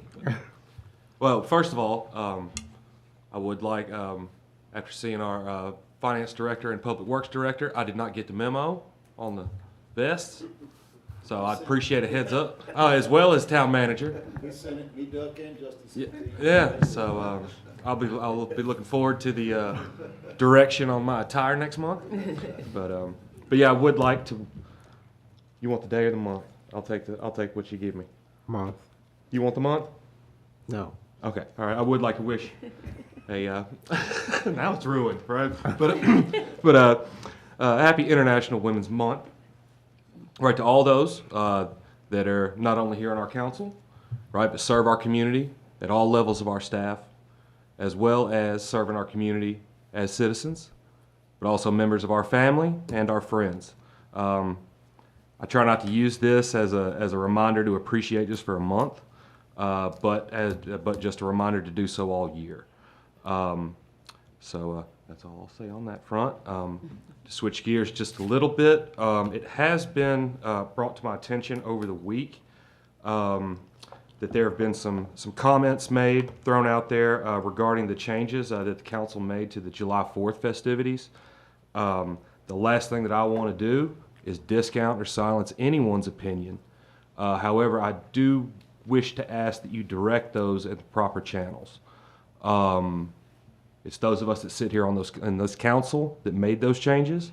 I know me personally, I'll be more than happy to have that conversation with anybody that wants to come up. But please, we are the ones that made that decision. And so if you're upset with us, be upset with us. So that's all I've got to say on that. Thank you, Mr. Mayor. Thank you. Mr. Hinkle? Well, having heard that last comment, I will double and agree with you 110%. Somebody's got a problem, come to us. Do not go to staff. You know, they talk to us, but we make the decisions. We're elected to do that, and you know, to take the handshakes and the rocks that are thrown at us when people like us or don't like our decisions. So I certainly want to emphasize that, along with Jerry, concerning that. If that sort of thing is going on, I I'm not a social media man, but so some of these things may be going on I'm not aware of, but if they are, I will urge people very sternly not to do that, to get a hold of one of us or all of us if they've got a complaint. In fact, they're welcome to be here tonight and talk to us at this very time period. So also, you know, I will say congratulations to the ladies. I happen to be married to one, so you know. My question is, when is it going to be an International Men's Day? I mean, come on, come on, come on. It's every day. Yeah, we serve some purpose here, you know. Just kidding, just joking. No, we Yes, don't. congratulations to our ladies all over the world. And God bless them each and every one. And it would be a very dull world without them. With that, I'll pass it on to you, Mr. Mayor. Thank you. So thank you all. Since Ms. Harris and Mr. Oxford attempted to steal my thunder, I will start with the statement from International Women's Day. Imagine a gender equal world, a world free of bias, stereotypes, and discrimination, a world that is diverse, equitable, and inclusive, a world where difference is valued and celebrated. Together we can forge women's equity. Collectively, we can all embrace equity.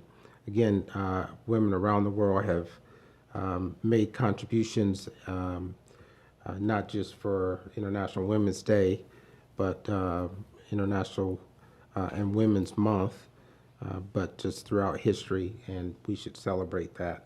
And again, I appreciate all the women who are in our town and in our families and our staff who really make our community and our world a better place.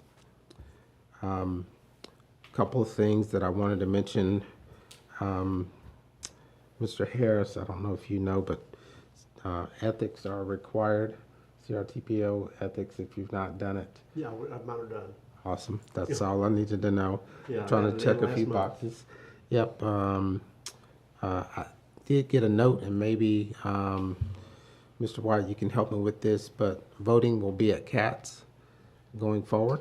Now you're still in my thunder. Yes, I'm sir. sorry. I apologize for that. You certainly are allowed Yeah, as the mayor. yep, Yes, sir. absolutely. So, It is. I did get my updated voter registration card.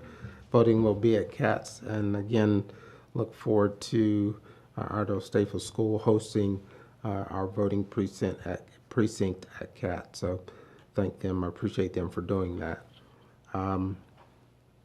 Again, I want to mention how crucial it is for folks to know the work that we're trying to do with our neighboring communities to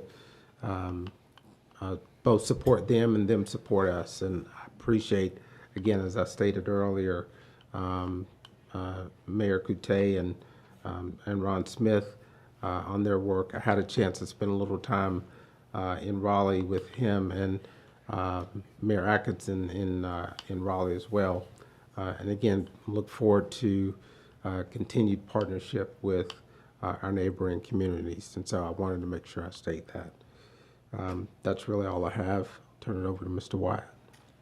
We'll go to our HR person, Lou Borick, across the room, and just let the staff give you all some updates from each department. Good evening. I also didn't wear a vest, which might be why I'm on this side of the room. I'm not sure. But What if you had a timeout over there? So a little bit. I gotta read those memos as well. Not much on the HR side. Just we're waiting on some of our final numbers from the North Carolina League municipalities for our renewals for our med, dental, all that. I'm going to compare to some of the others that I'm looking at, make sure we get the best for our staff going forward. Also on the cybersecurity side, some new trainings just went out. It's been pretty well received by the staff and everyone. Hopefully everybody is paying attention to it as it comes out.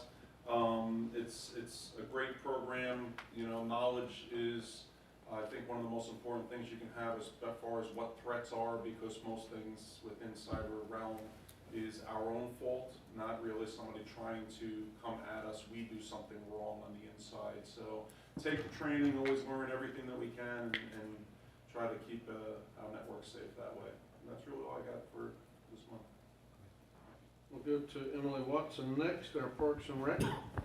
Thank you. Lou, you want to give them an update about the digital sign? Oh, They yes, would that's right. Definitely want to know See, that. That was something. So that's the reason you're in timeout. That's why I'm in timeout. See, I'm not conferring over there. We did, we should be getting all of our, the sign and all the equipment needed for the new digital sign. The marquee sign should be coming in, I think it was the 29th, Yep. I think was the date that I just got. So hopefully it'll come in on the 29th and install would be on the 30th. Hopefully no delays. We've been a little bit delayed just because supply chain, but we're looking happy to move forward with that. It will be a little bigger sign than it is.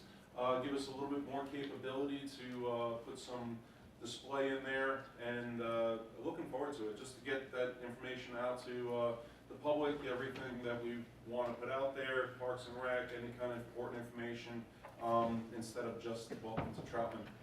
It's been a long time coming, but we're finally getting there. Thank you. Figured y'all would want to know that. Okay, just a few updates from Parks and Rec. Our dugout construction is complete, so they're beautiful. If you haven't seen them, stop by the park and check them out. And thank you to the Carney family for their sponsorship, and the Parks and Rec employees, Jay Murdoch, Brent Bussell, Bobby Deal, for their hard work on that. They're absolutely beautiful, and they've been hard at it since the middle of January, second week of January, the cold parts of January. They've been out there, and they've been working really hard. So they're beautiful, and they've done a great job. So if you see them, please tell them how much we appreciate them. So, and we also appreciate the Carney family, again, for their sponsorship on that. Youth sports have started in the park, so if you go down in there and you can't find a parking spot, that's why. So they're even going tonight in the middle of spring break, so they're hot and heavy. They're at it. So we have 6 practices a night on the soccer fields, 6 teams at a time practicing. We're trying to find some additional space across town. Registration numbers are just that high, so it's a good thing, but we're getting real creative with space. So, but the park is hopping and full of families. Pavilion and facility rentals, absolutely outrageous numbers on that, so revenue will be up this season. They're back to back all weekend long, all day Saturdays, all day Sundays. It started 1st of February, and we've already got rentals all the way to September. So people are using the one facility that we have. They're really, really using it. So it's something to think about. Like we talked about at the plan and retreat, the revisions that we are anticipating potentially making for our park, being cognizant that we definitely need additional facilities for rent, because that's something that our community's asking for every day when they're calling and asking for something to rent. They're looking for rental space. So something for us to think about. Our scoreboards are going to be installed within the next 2 weeks on the baseball fields, and they're beautiful too. Thank you to the Rotary Club for their sponsorship on that. We've been working with Sign Connection out of Gastonia, and they've been just turnkey. They've handled it from beginning to end. They've been very professional, and they've been a great company to work with. We're just waiting on some final pieces of our permitting, and those will be installed in the next 2 weeks. So, but we're excited about that, and they're beautiful signs. So stop by and look for those in the next couple weeks. Sprint to Springs on Sunday, 230 people registered already, highest numbers we've had yet for that event. Maybe one of the highest numbers we've had prior to race day for any 5K that I can remember since I've been here. So the weather's looking kind of rotten. We're going to cross our fingers and hoping that it blows over. But we generally get another 50 or 55 on race day. So if that happens, this could be our biggest race. But I've ordered medals twice in addition to my original order. So that's more than I've had to order before. And shirts were, if you walk down to my office right now, I have to take a running leap to get to my desk because I'm not kidding. I'm not kidding, Emma. We're packed in there, so we got bags and shirts and medals and everything crammed in there, but shirts stacked high, and so we're ready. We're excited and we're ready. Sunday's gonna be a great day. Police department's coming out in full drug. Kim's gonna be there working. Shane's offered to work from the planning department. Justin hadn't offered to work, but Adam and all his crew will be there.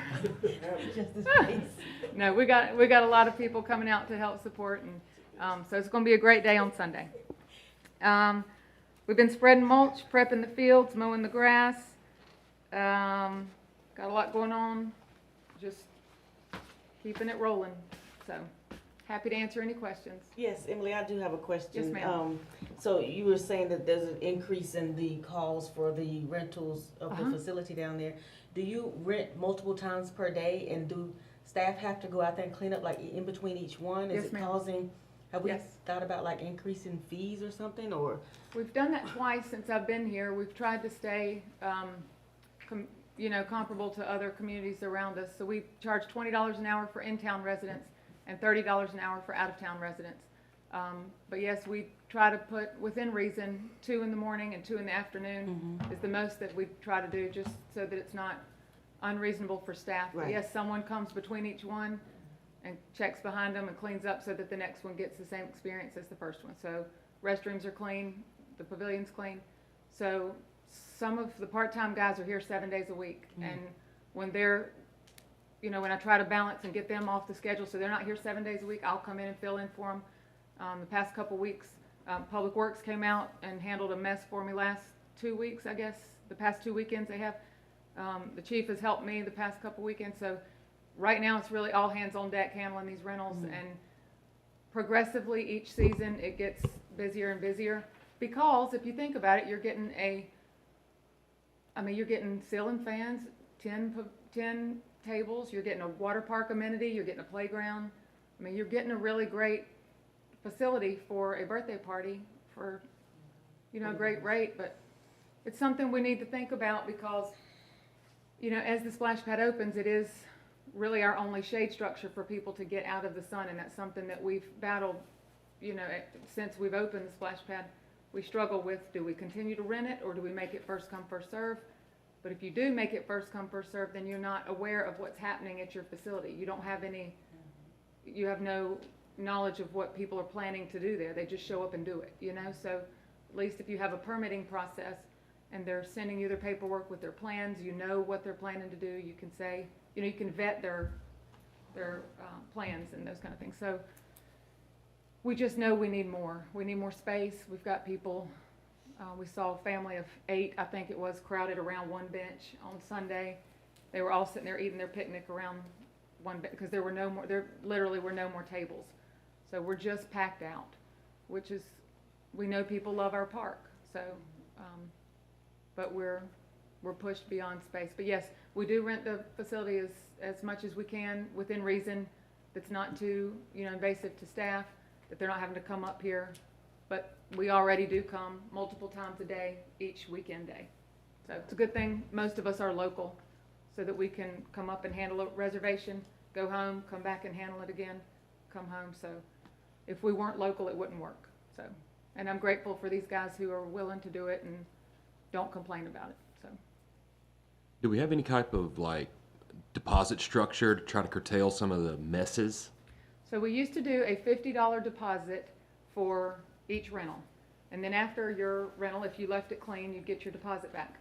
Well, what that means is if you give me a check, we got to turn around and reissue you a check. And so that was a ton of workload on the front office. Or we've got to turn around and issue it back as a credit, and then people were mad when they weren't getting it, 7 to 14 days later. But it was a massive workload on them up front. So once we get this registration software, that may be something that we can re-implement.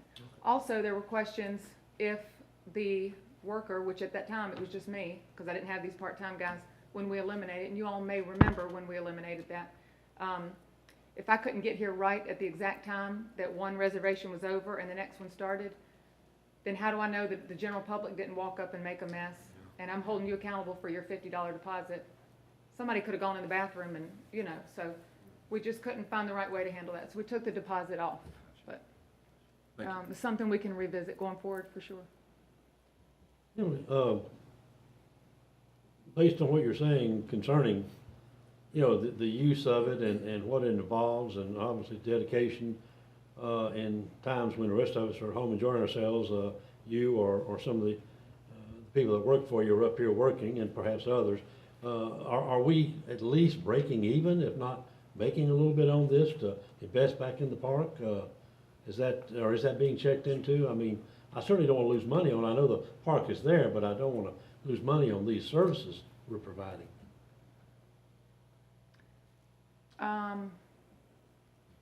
I can't say for sure that we're making money. I can't say that for sure.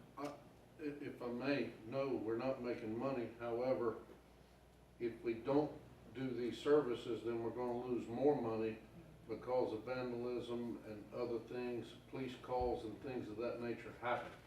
So it's close to break even, but depending on the season, yes, it's making money, but then when you have other months, you still need to check on the facility. As has been reported, the vandalism that occurs, it's not just limited to after dark hours, it's happening during the day. It's a constant check down there, and quite frankly, it's, when people say, well, who's in the park? 95% of the people that's in the park are not our town people. But it's a public park that we welcome everybody to, and to answer your question, it's one of those services that because we have such a nice park, more people come here that otherwise wouldn't, whether it be to live, whether it be for jobs and or just recreation, and then they spend money in other parts of the community. So to say outright, here's the checks and balance, they pay this fee and we made money, no, we lose money. Well, I just threw that maybe, but at least breaking even is what was my focus on what I was asking, that we're not losing, we're not backing up, but we're at least, If you know, somehow breaking even. If we're calculating their hourly rate versus what the rental hourly rate is, we're breaking even, yes, sir. I mean, yeah, I mean, I'm not, obviously that's a park, it's there for service, we built it, and I'm not usually looking at that as a profit center or a cash cow, but at least we're breaking even, we're not backing up, so to speak. Right. These services we're providing. Right. And are there plans to, you know, I know you made the comment about the family, you know, having need on a bench and so forth as a are there plans in the works to increase our, you know, little maybe mini shelters, picnic tables under them, that sort of thing? Yep, so we've identified a couple places with our master plan that shelters are already planning to go in. One down by the volleyball courts and the basketball court, originally what was in the plan, there's one there. I'm trying to make best use of the space that's on the opposite side of the splash pad to send some traffic that way, so when people are at the splash pad, they'll go that way. But we can't pour concrete there because there's a irrigation system and plumbing beneath that, so if we ever needed to get to it, we'd have to bust the concrete up. So we can't pour concrete there, but we've discussed some possible ideas, and Adam and the manager worked with me on some plans to potentially put down some really nice patio pavers that could be lifted up if they ever had to be. And so we had talked about some ideas there that we could build out a nice patio there and potentially put some tables there that we could pick up if we ever had to, if we ever need to get to the plumbing. But there are a couple areas that we have identified that we could put some more seating arrangements. But definitely something to think about too as we build our concession stand over near the baseball fields, just some gathering space there. We've got some extra space over on the other side of the parking area. So we were just talking about it again today. It's just something that's, as we grow, we're seeing things that maybe we wouldn't have anticipated 10 years ago that, you know, it's pretty cool to see people coming there doing their homework, people bringing their laptops and working virtually, you know, and homeschool groups coming, and you'll see 10 or 15 kids out with their books and they're all doing their schoolwork and stuff. So you see different niches of people that are there utilizing the park, which is really neat, but it's not something that we would have ever anticipated or known to have planned for. So I will add to what Emily's saying. Iredell County Rec brings their people to our park and utilize it quite often. They bring buses and or vans full here to our park instead of using one of their own amenities as an example. it's because of the quality and how it's kept up, and we appreciate that. But also in going forward, it's one of the things we mentioned during the planning retreat, just as a reminder, to utilize it more optimally and spread it out. The master plan needs to be revisited, whether it stays a basketball court and large concession stand, or we modify that concession stand. As Emily and I were talking this afternoon, we had mentioned previously these modular type of structures. They can be picnic shelters. If you're going into the park, when we made the additional parking a year and a half ago, that dirt was moved to the right as you go in. That's a possibility that we can add some more dirt and then put structures there that are not quite as large, but would possibly host 15 to 20 people to help ease the burden that Emily's talking about. But it says something when somebody else has facilities, but they're bringing their people here.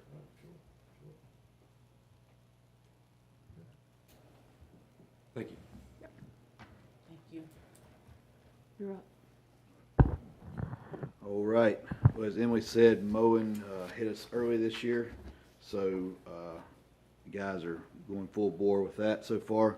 Already done 2 full mowings this year. Normally we don't see that till at least middle April. So that's going on. We got spring bed maintenance. We're gonna go ahead and get started on that early. Usually do that in April.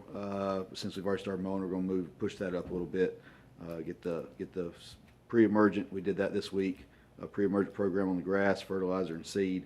So everything's bumped up a little bit on the grounds and the beautification of the town. Eddie, the truck is still on hold.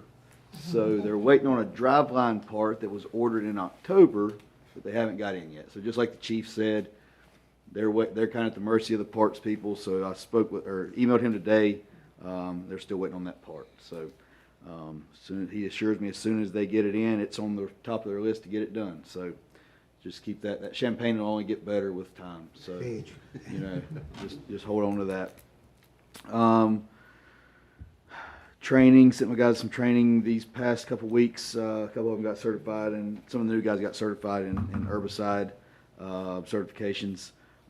Sent one of Austin to begin his collection systems training for sewer certifications. So he went to school for that last month and began some training sessions this month to achieve that. On the water side, I've got my water shortage response plan coming up. It's due every 5 years to stay compliant with the state. So they just review metrics as to what we have in place if a water shortage were to happen. So other than that, that's all I have. So any questions? Dump truck's late too. Dump truck is apparently late as well. Yeah. Might be the same part they're waiting on. Thank y'all. So y'all are gonna laugh at me, but this is when I know it's budget season. I didn't even know the race was Sunday. No. I'm not. I'm being serious. I walked past all that stuff in the hallway and in her office, but my mind is so ingrained on numbers and budget, it didn't even occur to me that the race was Sunday. So, and she's not kidding about her office, her having to jump. So if anybody doesn't think we need a new town hall, then they should just come walk down the hallway.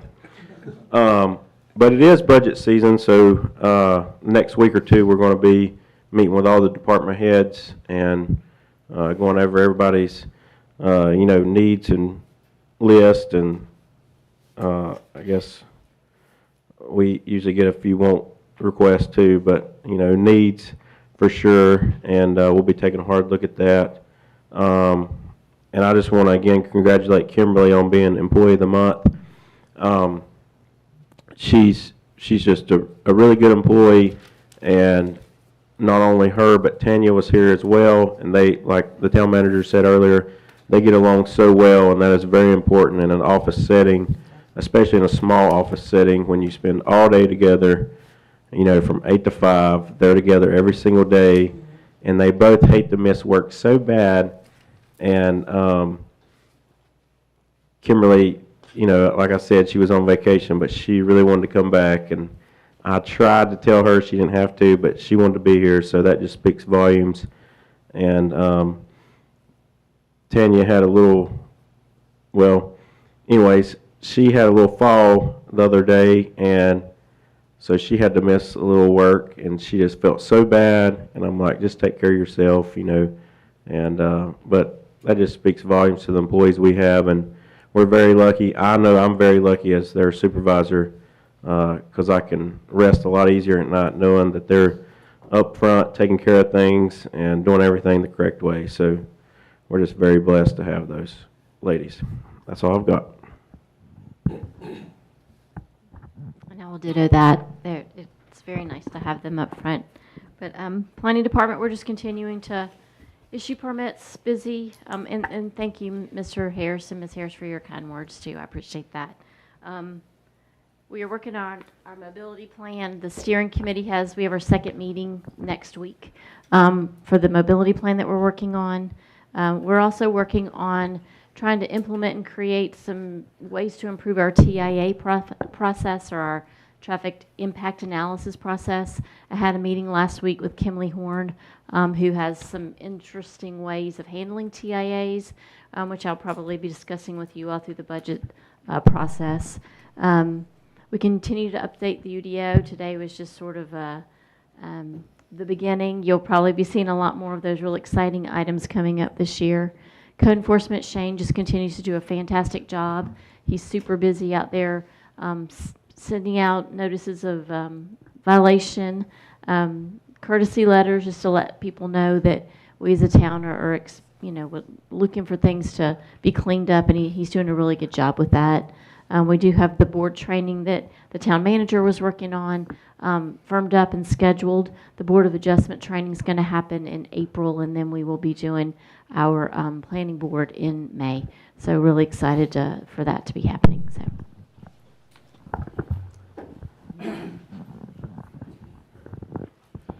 As we talked about the weather getting warm, allergies come, which is, I apologize for the noise I made outside. It is something I struggle with every spring. The officers of the police department answered 421 calls during the month of February for service, investigated 47 criminal incidents and 30 motor vehicle crashes. They stopped 241 vehicles for various traffic violations and made 29 arrests. Officers conducted 374 neighborhood patrols and did 570 business checks. During this month, we had one officer met with a Cub Scout group and gave a presentation to a Cub Scout group that meets at Troutman Methodist Church. Officers attended a Drug and Alcohol Coalition of Iredell meeting to discuss various, to hear the trends we're seeing so they can know what they can do to help, prevent and provide services to people to hopefully deter and recover from that. We conducted foot patrols in neighborhoods in the park as the weather was warmer due to more people being out and the officers being able to interact with people.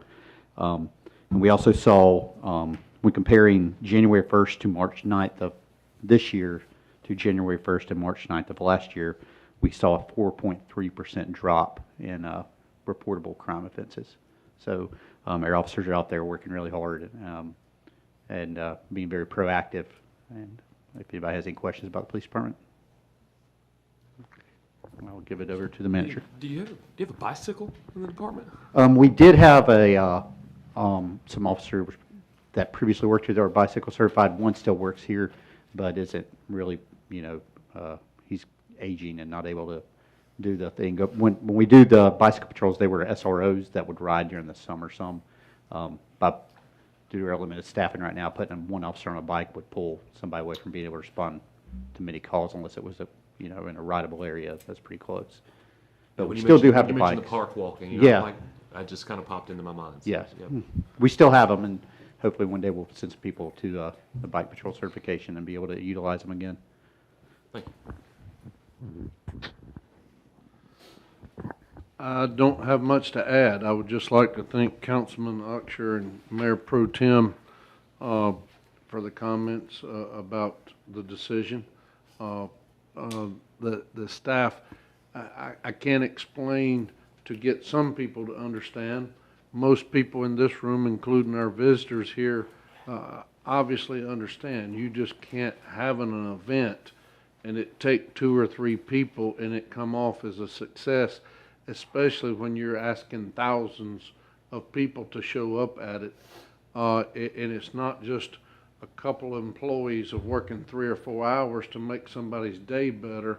That's an entire staff of 40-some employees working a lot for the events that you all made the decision on.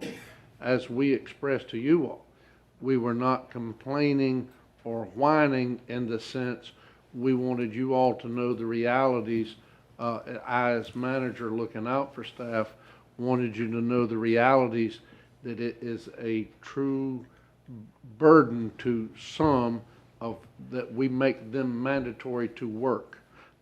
So without getting into any specifics of things that have been sent to me, because I don't participate with the social media stuff, but I do appreciate you all's comments. And as you all can tell with staff tonight, as we have aggravated and joked with each other, I'm very proud of all of them for the job that they're doing. This time of the year, it seems to be a repetitive thing. Well, this time of year, we're working even harder, but the productivity that we do employee per capita as compared to other towns, and this is one of the things that Lou is working on, it never ceases to amaze me. We have one Parks and Rec director doing more events than some of the folks around us, and I won't use any names. I'm not trying to anger or aggravate anybody or them think I called them out. But one full-time employee is doing all of those things. Some folks want to say, well, your police officers per capita. Well, they're not understanding that 5 of those officers are SROs because 96% of the students at those schools come from the county of which we already pay taxes for. So when you take those 5 SROs away and look at what our officers are truly doing per capita, it's amazing. I was just talking to Justin, a nearby town, not too much difference as far as population goes, has 8 people in the finance part of their thing, and we have 3. So when some of those criticisms are out there, just like you, Councilman Oxer, I do take offense when people are commenting about things just because they feel the desire to without getting the facts before they do. Each one of these members truly work hard. Each department head as compared are doing the jobs with less than others, and I appreciate the job they're doing. As the mayor said, just to reiterate, voting for the town of Troutman this year will be at the CATS facility, and also I'm just, as my last little smile, I hope, we all have gotten by with calling our planning workshop or retreat, and the mayor didn't scold us in telling us it was a strategic work session that we had, but I did enjoy it, and I appreciate you all's comments that you all have given, and the staff. They try to answer as much as the information that you all ask us in advance for, and sometimes we don't know how that is received. So thank you all for your comments, and we look forward, even though Justin's complaining already, about our budget workshops or strategic work sessions with budget. And I will say, Mr. McNiff was one of our citizens who came last month to voice concerns, I guess is the way I would paraphrase it, about possibility of returning tax funds to those that pay the bills. We also pay the bills, but I sent Mr. McNiff an email.